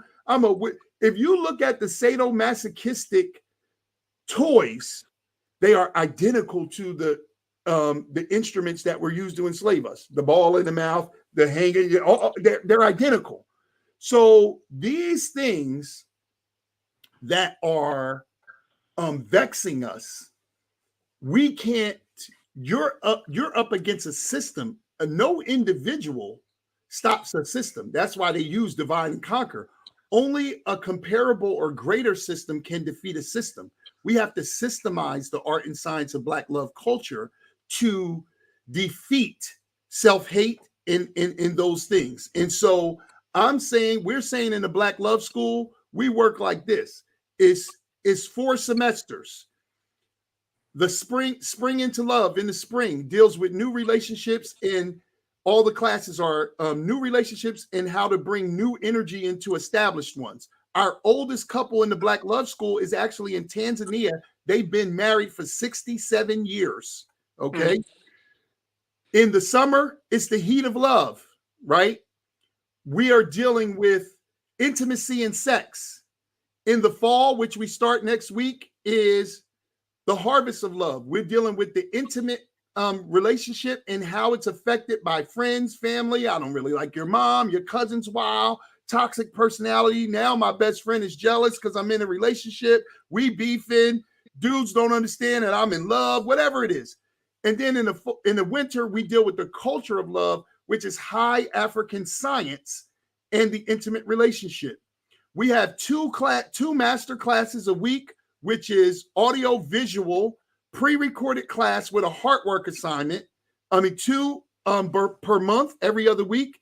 And then every other week, We come together from Chicago, Detroit, Canada, Haiti, Jamaica, wherever, and we talk about it as a community. 50% of our people are single. The other 45, 50%, there's a lot of couples right now joining. Or so it might be, they might be tipping the scale. It might be 49% are single and 51% are couples, right? From all over, men and women. We talk about it. We got accountability groups to help you do the hard work assignments. We got a private Facebook group. We're giving you this high level of science for $42 a month. Cancel at any time. In the spirit of Ma'at, $42. There is no counseling on earth like that. I'm not saying that because I'm saying that. I'm saying it because I'm a therapist. And I work, and a lot of our colleagues say, y'all crazy out your mind. You know, y'all giving all that up, all this school debt and all these years we went to school. But I say what Farrakhan said. All these, what Naeem Akbar told me, what Jawanza Kunjufu taught me directly. All these degrees in psychology and all of this, we haven't healed shit. Excuse my language. We haven't healed one issue that Black people have with all these therapists and stuff like that because we're not using our value system. Black people are going to therapy now in droves. We say this, therapy is the new Black, but without African culture, it's whack. And in a few years, you're going to hear a generation saying, I don't do therapy because my mom and them went and they still divorced. He still beat her up. She still cheated on him. That therapy stuff ain't real. If we don't put Black culture into Black therapy, you got chocolate covered white people using Freud, Skinner, Jung, and whatever, and they were studying us. You're copying somebody who was copying you. We got to be authentic, and that's what we do. So you can rock with it or not. It's other people out there. You don't got to rock with us. But what we implore Black people to do, master the art and science of love before you leave this planet, because it's one of the few things that can radically change your disposition on the world and help you magnify the gift that you were sent to this planet to give the rest of us for free. It's one of the few things, but it has become what was so normal at one time has become totally unnatural to us. And we play in the blame game, the gender game, and we're elevating people like Kevin Samuels and call him a relationship expert. I called out to the brother. I reached out to him. I wrote him a letter. I said, come to the Black Love School. See what we doing, brother. How you a relationship expert and you ain't in a relationship? How is that possible? How's that? What you are is, and I give you credit, you have articulated a pain that Black men are feeling. And so now it has like become a raging fire. Instead of that pain being used to heal, we're now, feminism was psycho. Now the manosphere is psycho. So now we got this thing going on. And then unfortunately, our brother returned back to the ancestors before he was able to make a sea change. And the irony of the way he died with a non-Black woman in a sex act, you can't even write it. It's so ironic. The irony can't be missed, as Jabari says. It's just like damn, you end up wherever the leader you follow is, that's where you end up. So now look at that life trajectory and look at, I'm not going to say me and Monwasha, that's what I'm thinking in my mind, but I'm not going to say it. Look at Jabari and Anika, who we love. They send couples to us. They allowed us to come to the Shrine of Ma'at and present in their absence, right? We've been working with them for years. I'm first class Divine Sacred King, man. I think Jabari was 3 or 4 or something like that. We've been brothers for a long time. And our wives both of our wives are professors. Both of our wives are therapists. You know what I'm saying? So we are one, but we ain't nothing without them. And they ain't nothing without us and the many others. That's right. Raccoon, Imbara, and many others. Sanjetti and many others. Baba Haru and Queen Afua told us, use Black love, your charge. Open your shrine. Let's be clear. Acoma House Initiative is our living shrine. Use your talent and your gift to unify our people despite their superficial differences. In the Black Love School is Moors, Nation of Gods and Earth, Nation of Islam. We got 2 or 3 Christian ministers that are in the Black Love School.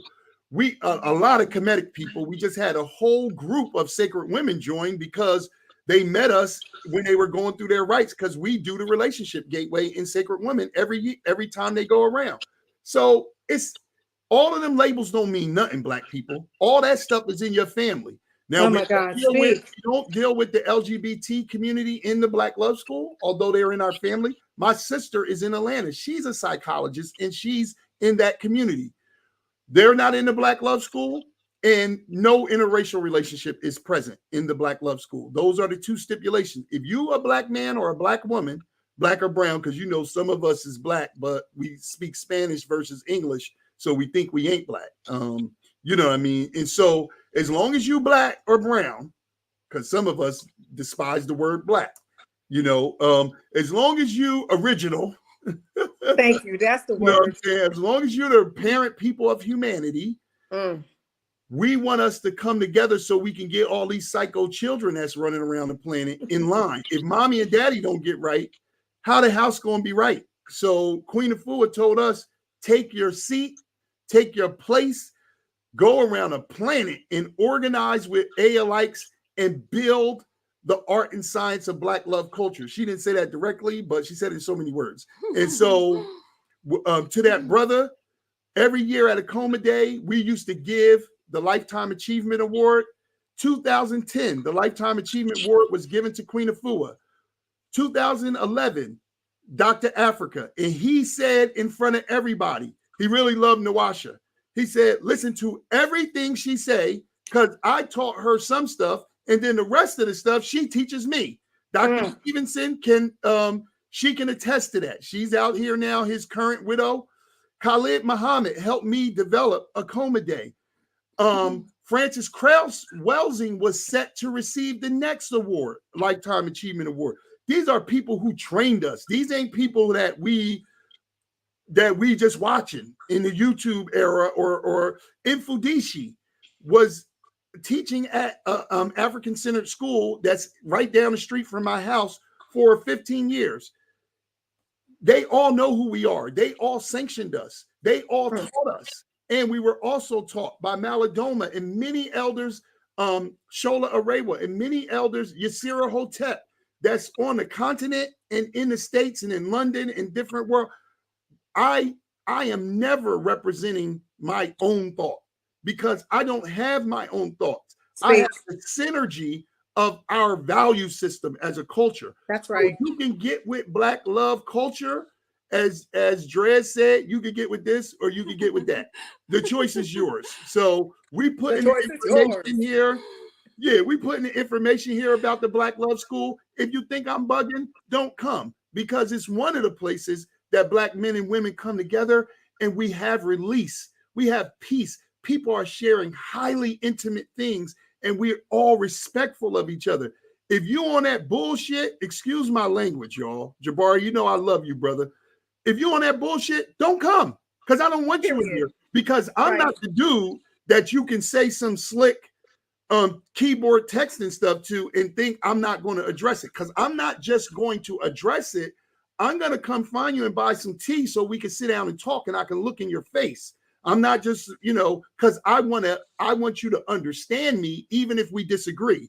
You have the right to disagree, but don't try to say you comparing my stuff to the people who actually taught me. Look at what Queen Afua wrote about us. We wrote a book with her. Look at what Dr. Africa said about us. He publicly talked about us. Look what Khalid said about me and Acoma Day. Look at what all these people, go ask Infodishi right now who we are and what we do. We ain't looking for no fame. We looking for Black people to come together. That's all we looking for. And those that we can serve, we're going to do that. The rest of that stuff, miss me with that, bro. Because now look, let me say Black man talk. Now I'm in my feelings. So Well, that's it. That's all I got. Unc and my aunt. We love coming here. We can't wait to come in here. Black Love School, the Black Love School, the Black Love School. Check it out. so Or listen. just come get counseling if you want to go to another level. Here's what we're going to do, because we have had a request for information, and Sin Curtis Jackson, he's a fully initiated member of the Shrine of Ma'at with the last Herbaku that we had, the Shamsu Haru, and he specifically wanted the information. Sin Curtis, I saw it, and what I do is I'm going to post the information in the on the Shrine of Ma'at Facebook's page there. It's going to have all the links and just all of the information, because people, yes, oh, absolutely. Because people know where to go to find that. And then it's easier to find that there. And I'm going to try to also put it on the YouTube. I tried before and I was unsuccessful. If you know how to edit a title or go back and edit information on the YouTube channel, please DM the Shrine of Ma'at Facebook page. So in the Shrine of Ma'at Messenger, I will get it, and I will appreciate it, because I don't know how to do it. So if you do, tell me so I can put the information there as well.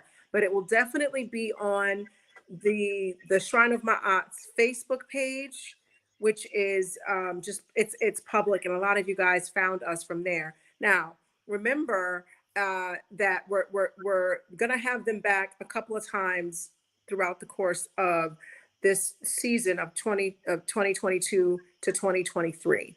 Okay, so because we had a little rap session. I'm like, yo, I want y'all on the show. And they were like, of course I'm gonna be on the show, because I was formal, like, hello, this is a booster shot. He was like, yo, Yeah, I was like, trying to, I was like, just cut it out. We talk to Jabari and Nika often. We've been to their house several times. Like, cut it out. Abu Ka be teasing me. He's always like, he'll tease me when I'm formal. And like when we in priesthood training, he'd be clowning me in text messages. But so I was kind of clown too after I was like, I'd like you on the show. And they were like, yo, it's has to be family. Anyway, I digress. So, but my point is, they're coming back. And we had a long conversation to lay out what we're gonna do over the course of the season, because this year I felt it was really important to go a little slower, in the sense of, let's break this information down that we need to reunify as Black people. That's why I got Jabari doing a series. They're going to be doing a series. They have a couple of more sessions with us over the course of the season. There are other people who are going to be doing series, because we need to learn this. This isn't just for talk and dialogue and it's fun, and it is those things, but there are tools, practical tools that you, where's the camera? You, there it is. You should be doing. So, because you're going to be a part of the solution. All of us are a part of the solution. We're all in this together. We only need ourselves, but we have to do work, okay? And it'll be fun. It's going to be some work. It's going to be some tears, a little bit of hurt, but it's releasing all the stuff that has been given to us and that we've acquired. Don't you want to get rid of that baggage? Don't you just want to let that go? I'm going to share another thing. When I asked that woman, the nurse, about my aunt, and when I went to therapy, I remember I was like laying, all I did was lay down and cry and get up and go walk my dog and then go back to bed and cry. And I had a night guard because I was grinding my teeth for the first time in my life. And I was just a mess. And I'm like, I can't keep doing this in my life. I'm not going to do this forever. I got a therapist, went in there and told her my aunt died. And I cried so hard, my face hurt. Now, I've never been in a fight. I've never been punched in the face or had my head hit on anything. I played varsity soccer in high school. So I got, you bang around. I got banged around. I banged some girls around because I played defense and I was good. That's the closest I've come to having my head hit, and crying like that felt harder. Like I really felt like I was assaulted in the face. That's how hard I was crying.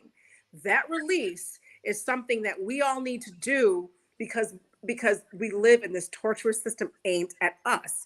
The sooner we do that, the sooner we get to the healing part of it. But you got to go through that part. It's a little scary, but once it's over, there's not much more that is going to be worse than that initial purge of those kinds of emotions, people. All right. Watch Tuesday Talk, but make sure you do your work. All right. You get tools, instructions, be a part of the solution. Share this video, share all the videos from Tuesday Talk, because they all have a purpose of learning so that all Pan-African Black people can drop all these divisive divisions that are so superficial.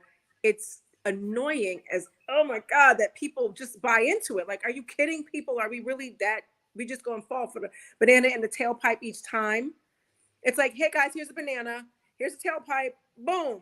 And then we fall for it. We got to stop that. Tuesday Talk and the people who come on are giving us these tools. Trust me, they're the smartest people in the room. I always get somebody who knows more than me. Why would I put somebody who knows what I know? We're just going to be looking at each other. We have experts, they're African centered, and they're here to help. So I want to thank everybody for joining me on Tuesday Talk, joining our guests. We're going to see them again. Swing back to the Shrine of Ma'at Facebook page. Give me like 35, 45 minutes. If you don't see it there tonight, it'll be there tomorrow. But I'm going to do it tonight because I like to wrap up all my Tuesday Talk stuff on Tuesday night. Okay? So we want to invite everybody to come check out the Black Love School's next live call will be next Friday, right? Because we just had one this Friday, so it's every other Friday. We'll send the link. So we'll send the link. Can come in and be a part of the conversation. I think this one is going to be really interesting. This is the beginning of the fall. Yeah, it's about heartbreak. We all have to do what you were just saying. That idea of everybody has suffered a heartbreak in this time. You're not going to get out of this time without a heartbreak. Period. But most of us don't really understand that. And we don't believe that everybody else is going through that. So when you touch someone and they're a little sensitive, it's because they really they're protecting almost a gaping wound. At the same time that they're trying to connect, they're wanting to keep a distance. And that's what we're doing. That's what you're doing. That's what a lot of people are doing when it comes to certain relationships or certain parts of certain relationships. And we're all doing it. So it's so important to recover from heartbreak because relationships are the one area where people have the most regrets at the end of their life. So when you get to be 150 years old, as Dr. Pukram said, and you're sitting in that rocking chair, the biggest regrets will come from what you did or didn't do inside of relationships, because really it's the ultimate thing. It's the most important part of our lives. And we pretend like it's not. We pretend like the relationship is an accessory or auxiliary to our life, but it's actually the most important thing. And it's the only place where you will actually perfect yourself. So it's something that you're going to have to deal with eventually. And we might as well, sooner than later is the best thing. So we want to always invite people that we come across to come and check it out, because this is about true restoration. That's right. Information that you get can be inspiring, but just like you said, if you don't do the work, you're not cementing a transformation. That's right. You can get some new information and you might even be able to remember it. Most people don't even remember it when they read a book. Or let me just tell you, most people don't even read a book that they buy. It's sitting on their bookshelf, haven't finished past chapter 1. And that's the majority of Americans, right? But let alone you finish the book, practice the book, and know it in your everyday life. That's a different level. You're better off reading that one book 100,000 times and implementing than being on something new all the time. And this is just the time that we're in of getting information, but not actually embodying it. So we need to make that change. The sooner we do that, the sooner we can have the purge. And the sooner we have the purge and have action, the sooner we can actually restore ourselves. Because some people are just addicted to the purge. So some people will find more and more reasons to purge. They will cause problems, find reasons to be upset because they become addicted to, this is the only time that I get a release. Right. And often why people are in counseling for 10 years, 15 years, because it's the only person who will listen to them. It's the only audience they have. It's the only place where they feel that they can have a release and be seen. So we have to have community. We have to have action that is progressive and empowered after the purge. Yeah. So, can you put the link for the counseling? We I do. did put a link for Black Love School, but I will also put the link for the counseling, We do free and consultations where you could come we'll and. share the link for the Zoom call. Okay. And Is it so, in the chat? I don't see it. It's in the private chat. We have Oh, two on our end that say chat and comments. I don't so see it in the private chat.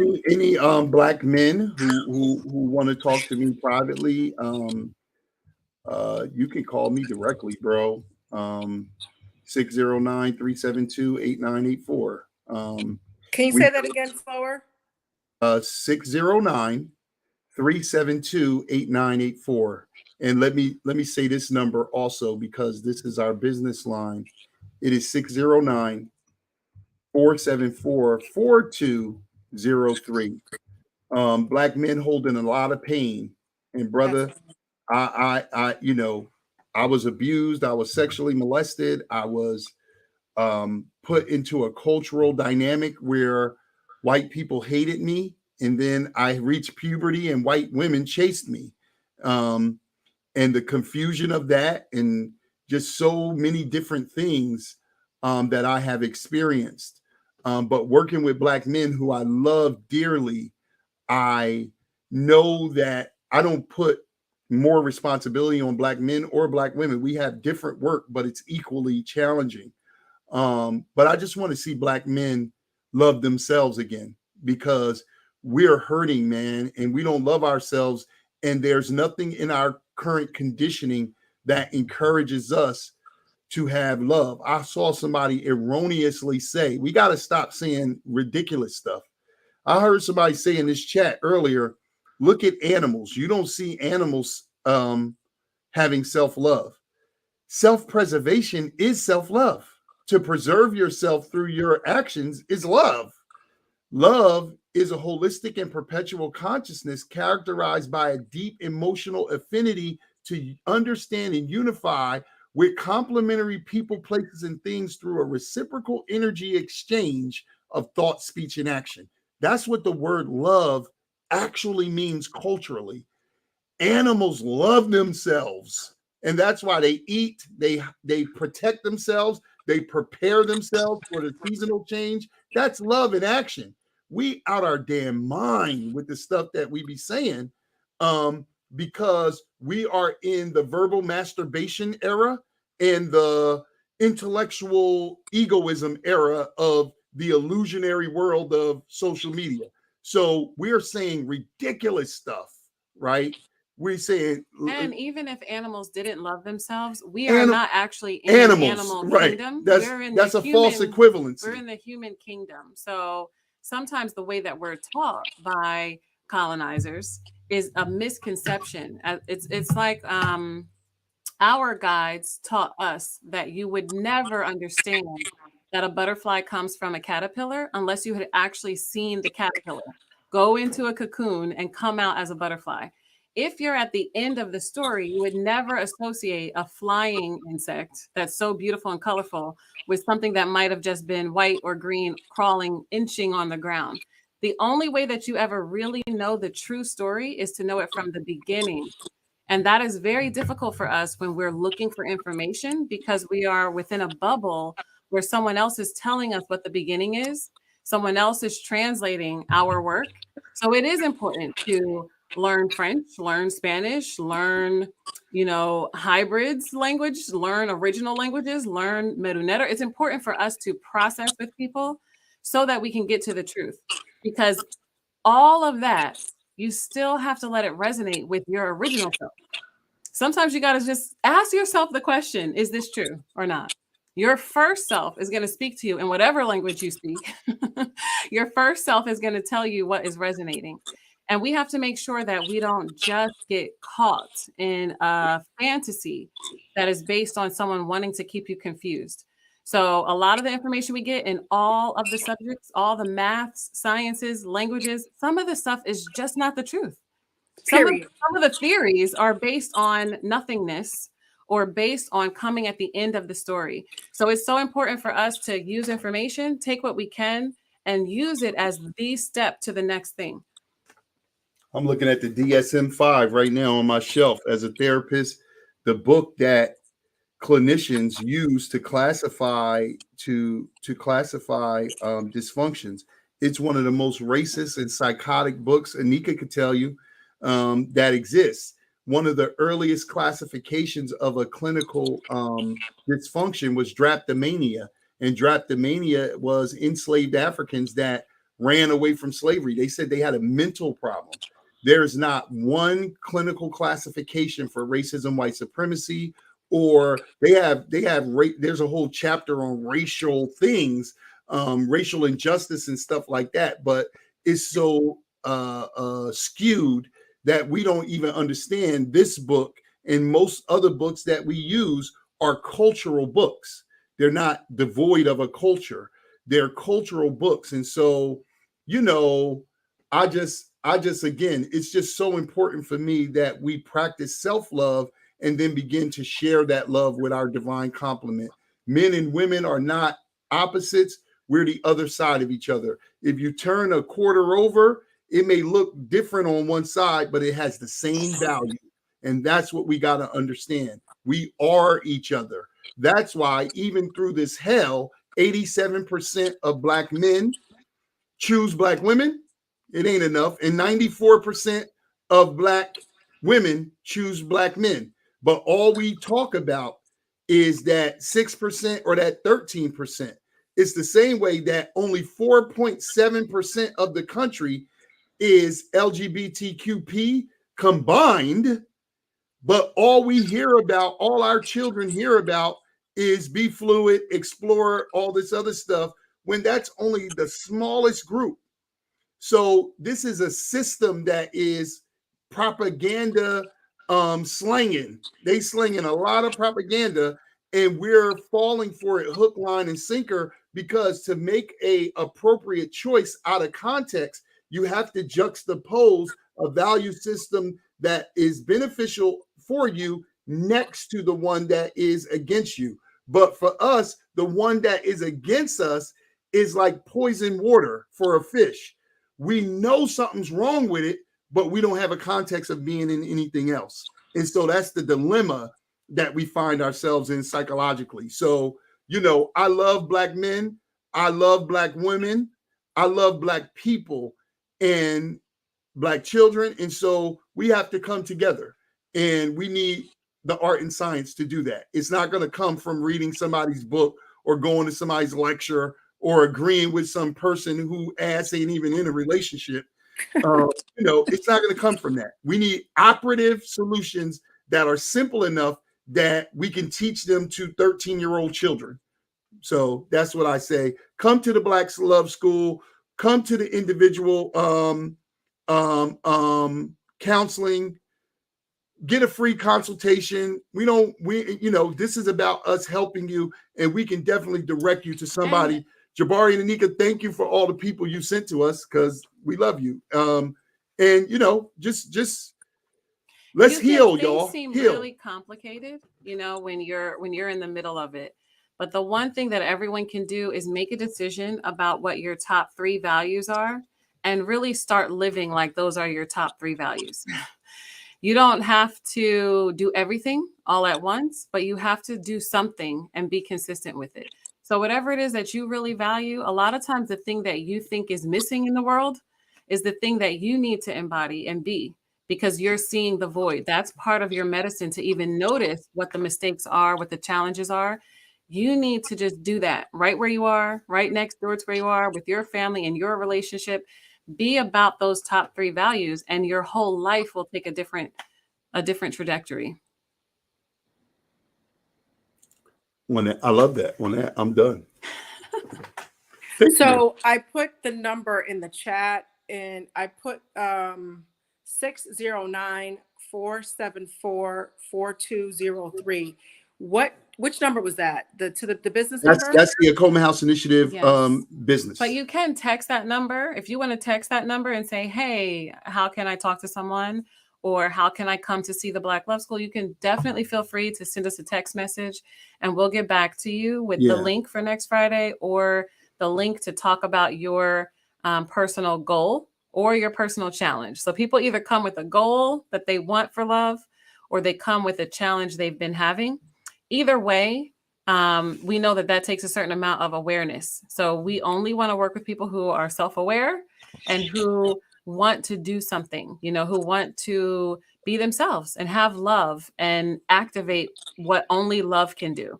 We don't Yes. want people to be in fear, because the time for fear is done. Yes. We've been in fear for a long time, as we should have been, because we're protecting ourselves. But now that we can realize what is true and what is not true, we have to activate the courage that we were born with.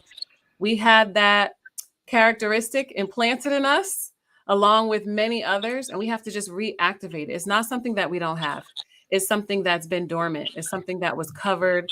It's something we had to protect, even from our own family sometimes. But now, if you're an adult listening to the sound of our voice, you can reactivate those parts of yourself, and you can start a life without regret right now in this moment. I gotta stop listening to Washa, because every time she says something, she makes me want to say something else. Yes, and the show's over. I was going to say something else here, but I'm not. Next time. Something that Francis Crest taught me, but I'm not going to say it. Okay. Well, tonight was definitely a lively conversation. And I want to thank everyone for joining. So for those of you who've been following me on Tuesday Talk, y'all know I live in the woods and the reception is not the best, but I'm getting Xfinity next week. So next Tuesday Talk should be lightning fast, people. Okay. All right. Just want to throw that out there. They robbing you 700 channels of nothing. We got it. It's a part of the homeowners association. It's free. It's not even going to change. Oh, okay. Good. It's like a lateral move monetarily. And so we have Frontier now, and it's like, we have 2 gigabytes, and Xfinity is like, we have 1,000,000 gigabytes. Right. So it's going to be better. So I'm looking forward to that. So much love, Curtis Jackson. Congratulations on getting your license, brother. It's crazy out here, bro. We need you out here. Come on out here with that license and get it on. Yes. Sen Curtis is one of our beloved members who's Yes. he contributes a lot. We're glad that he's a part of our shine.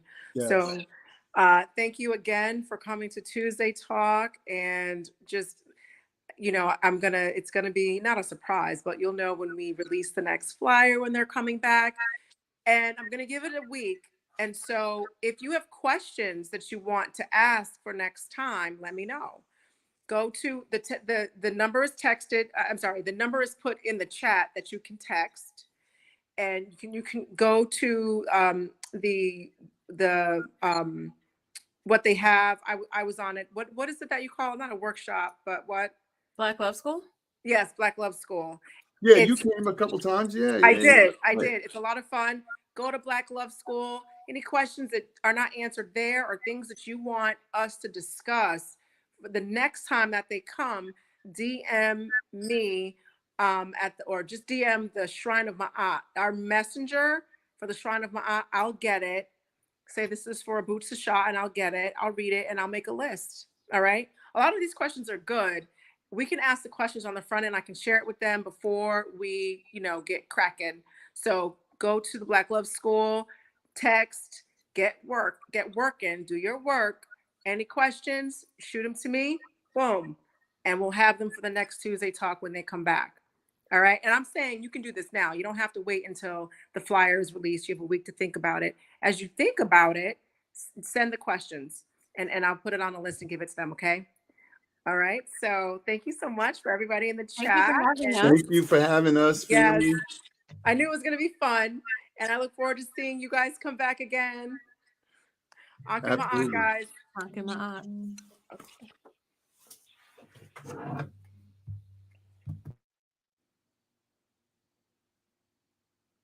Did it end? Oops.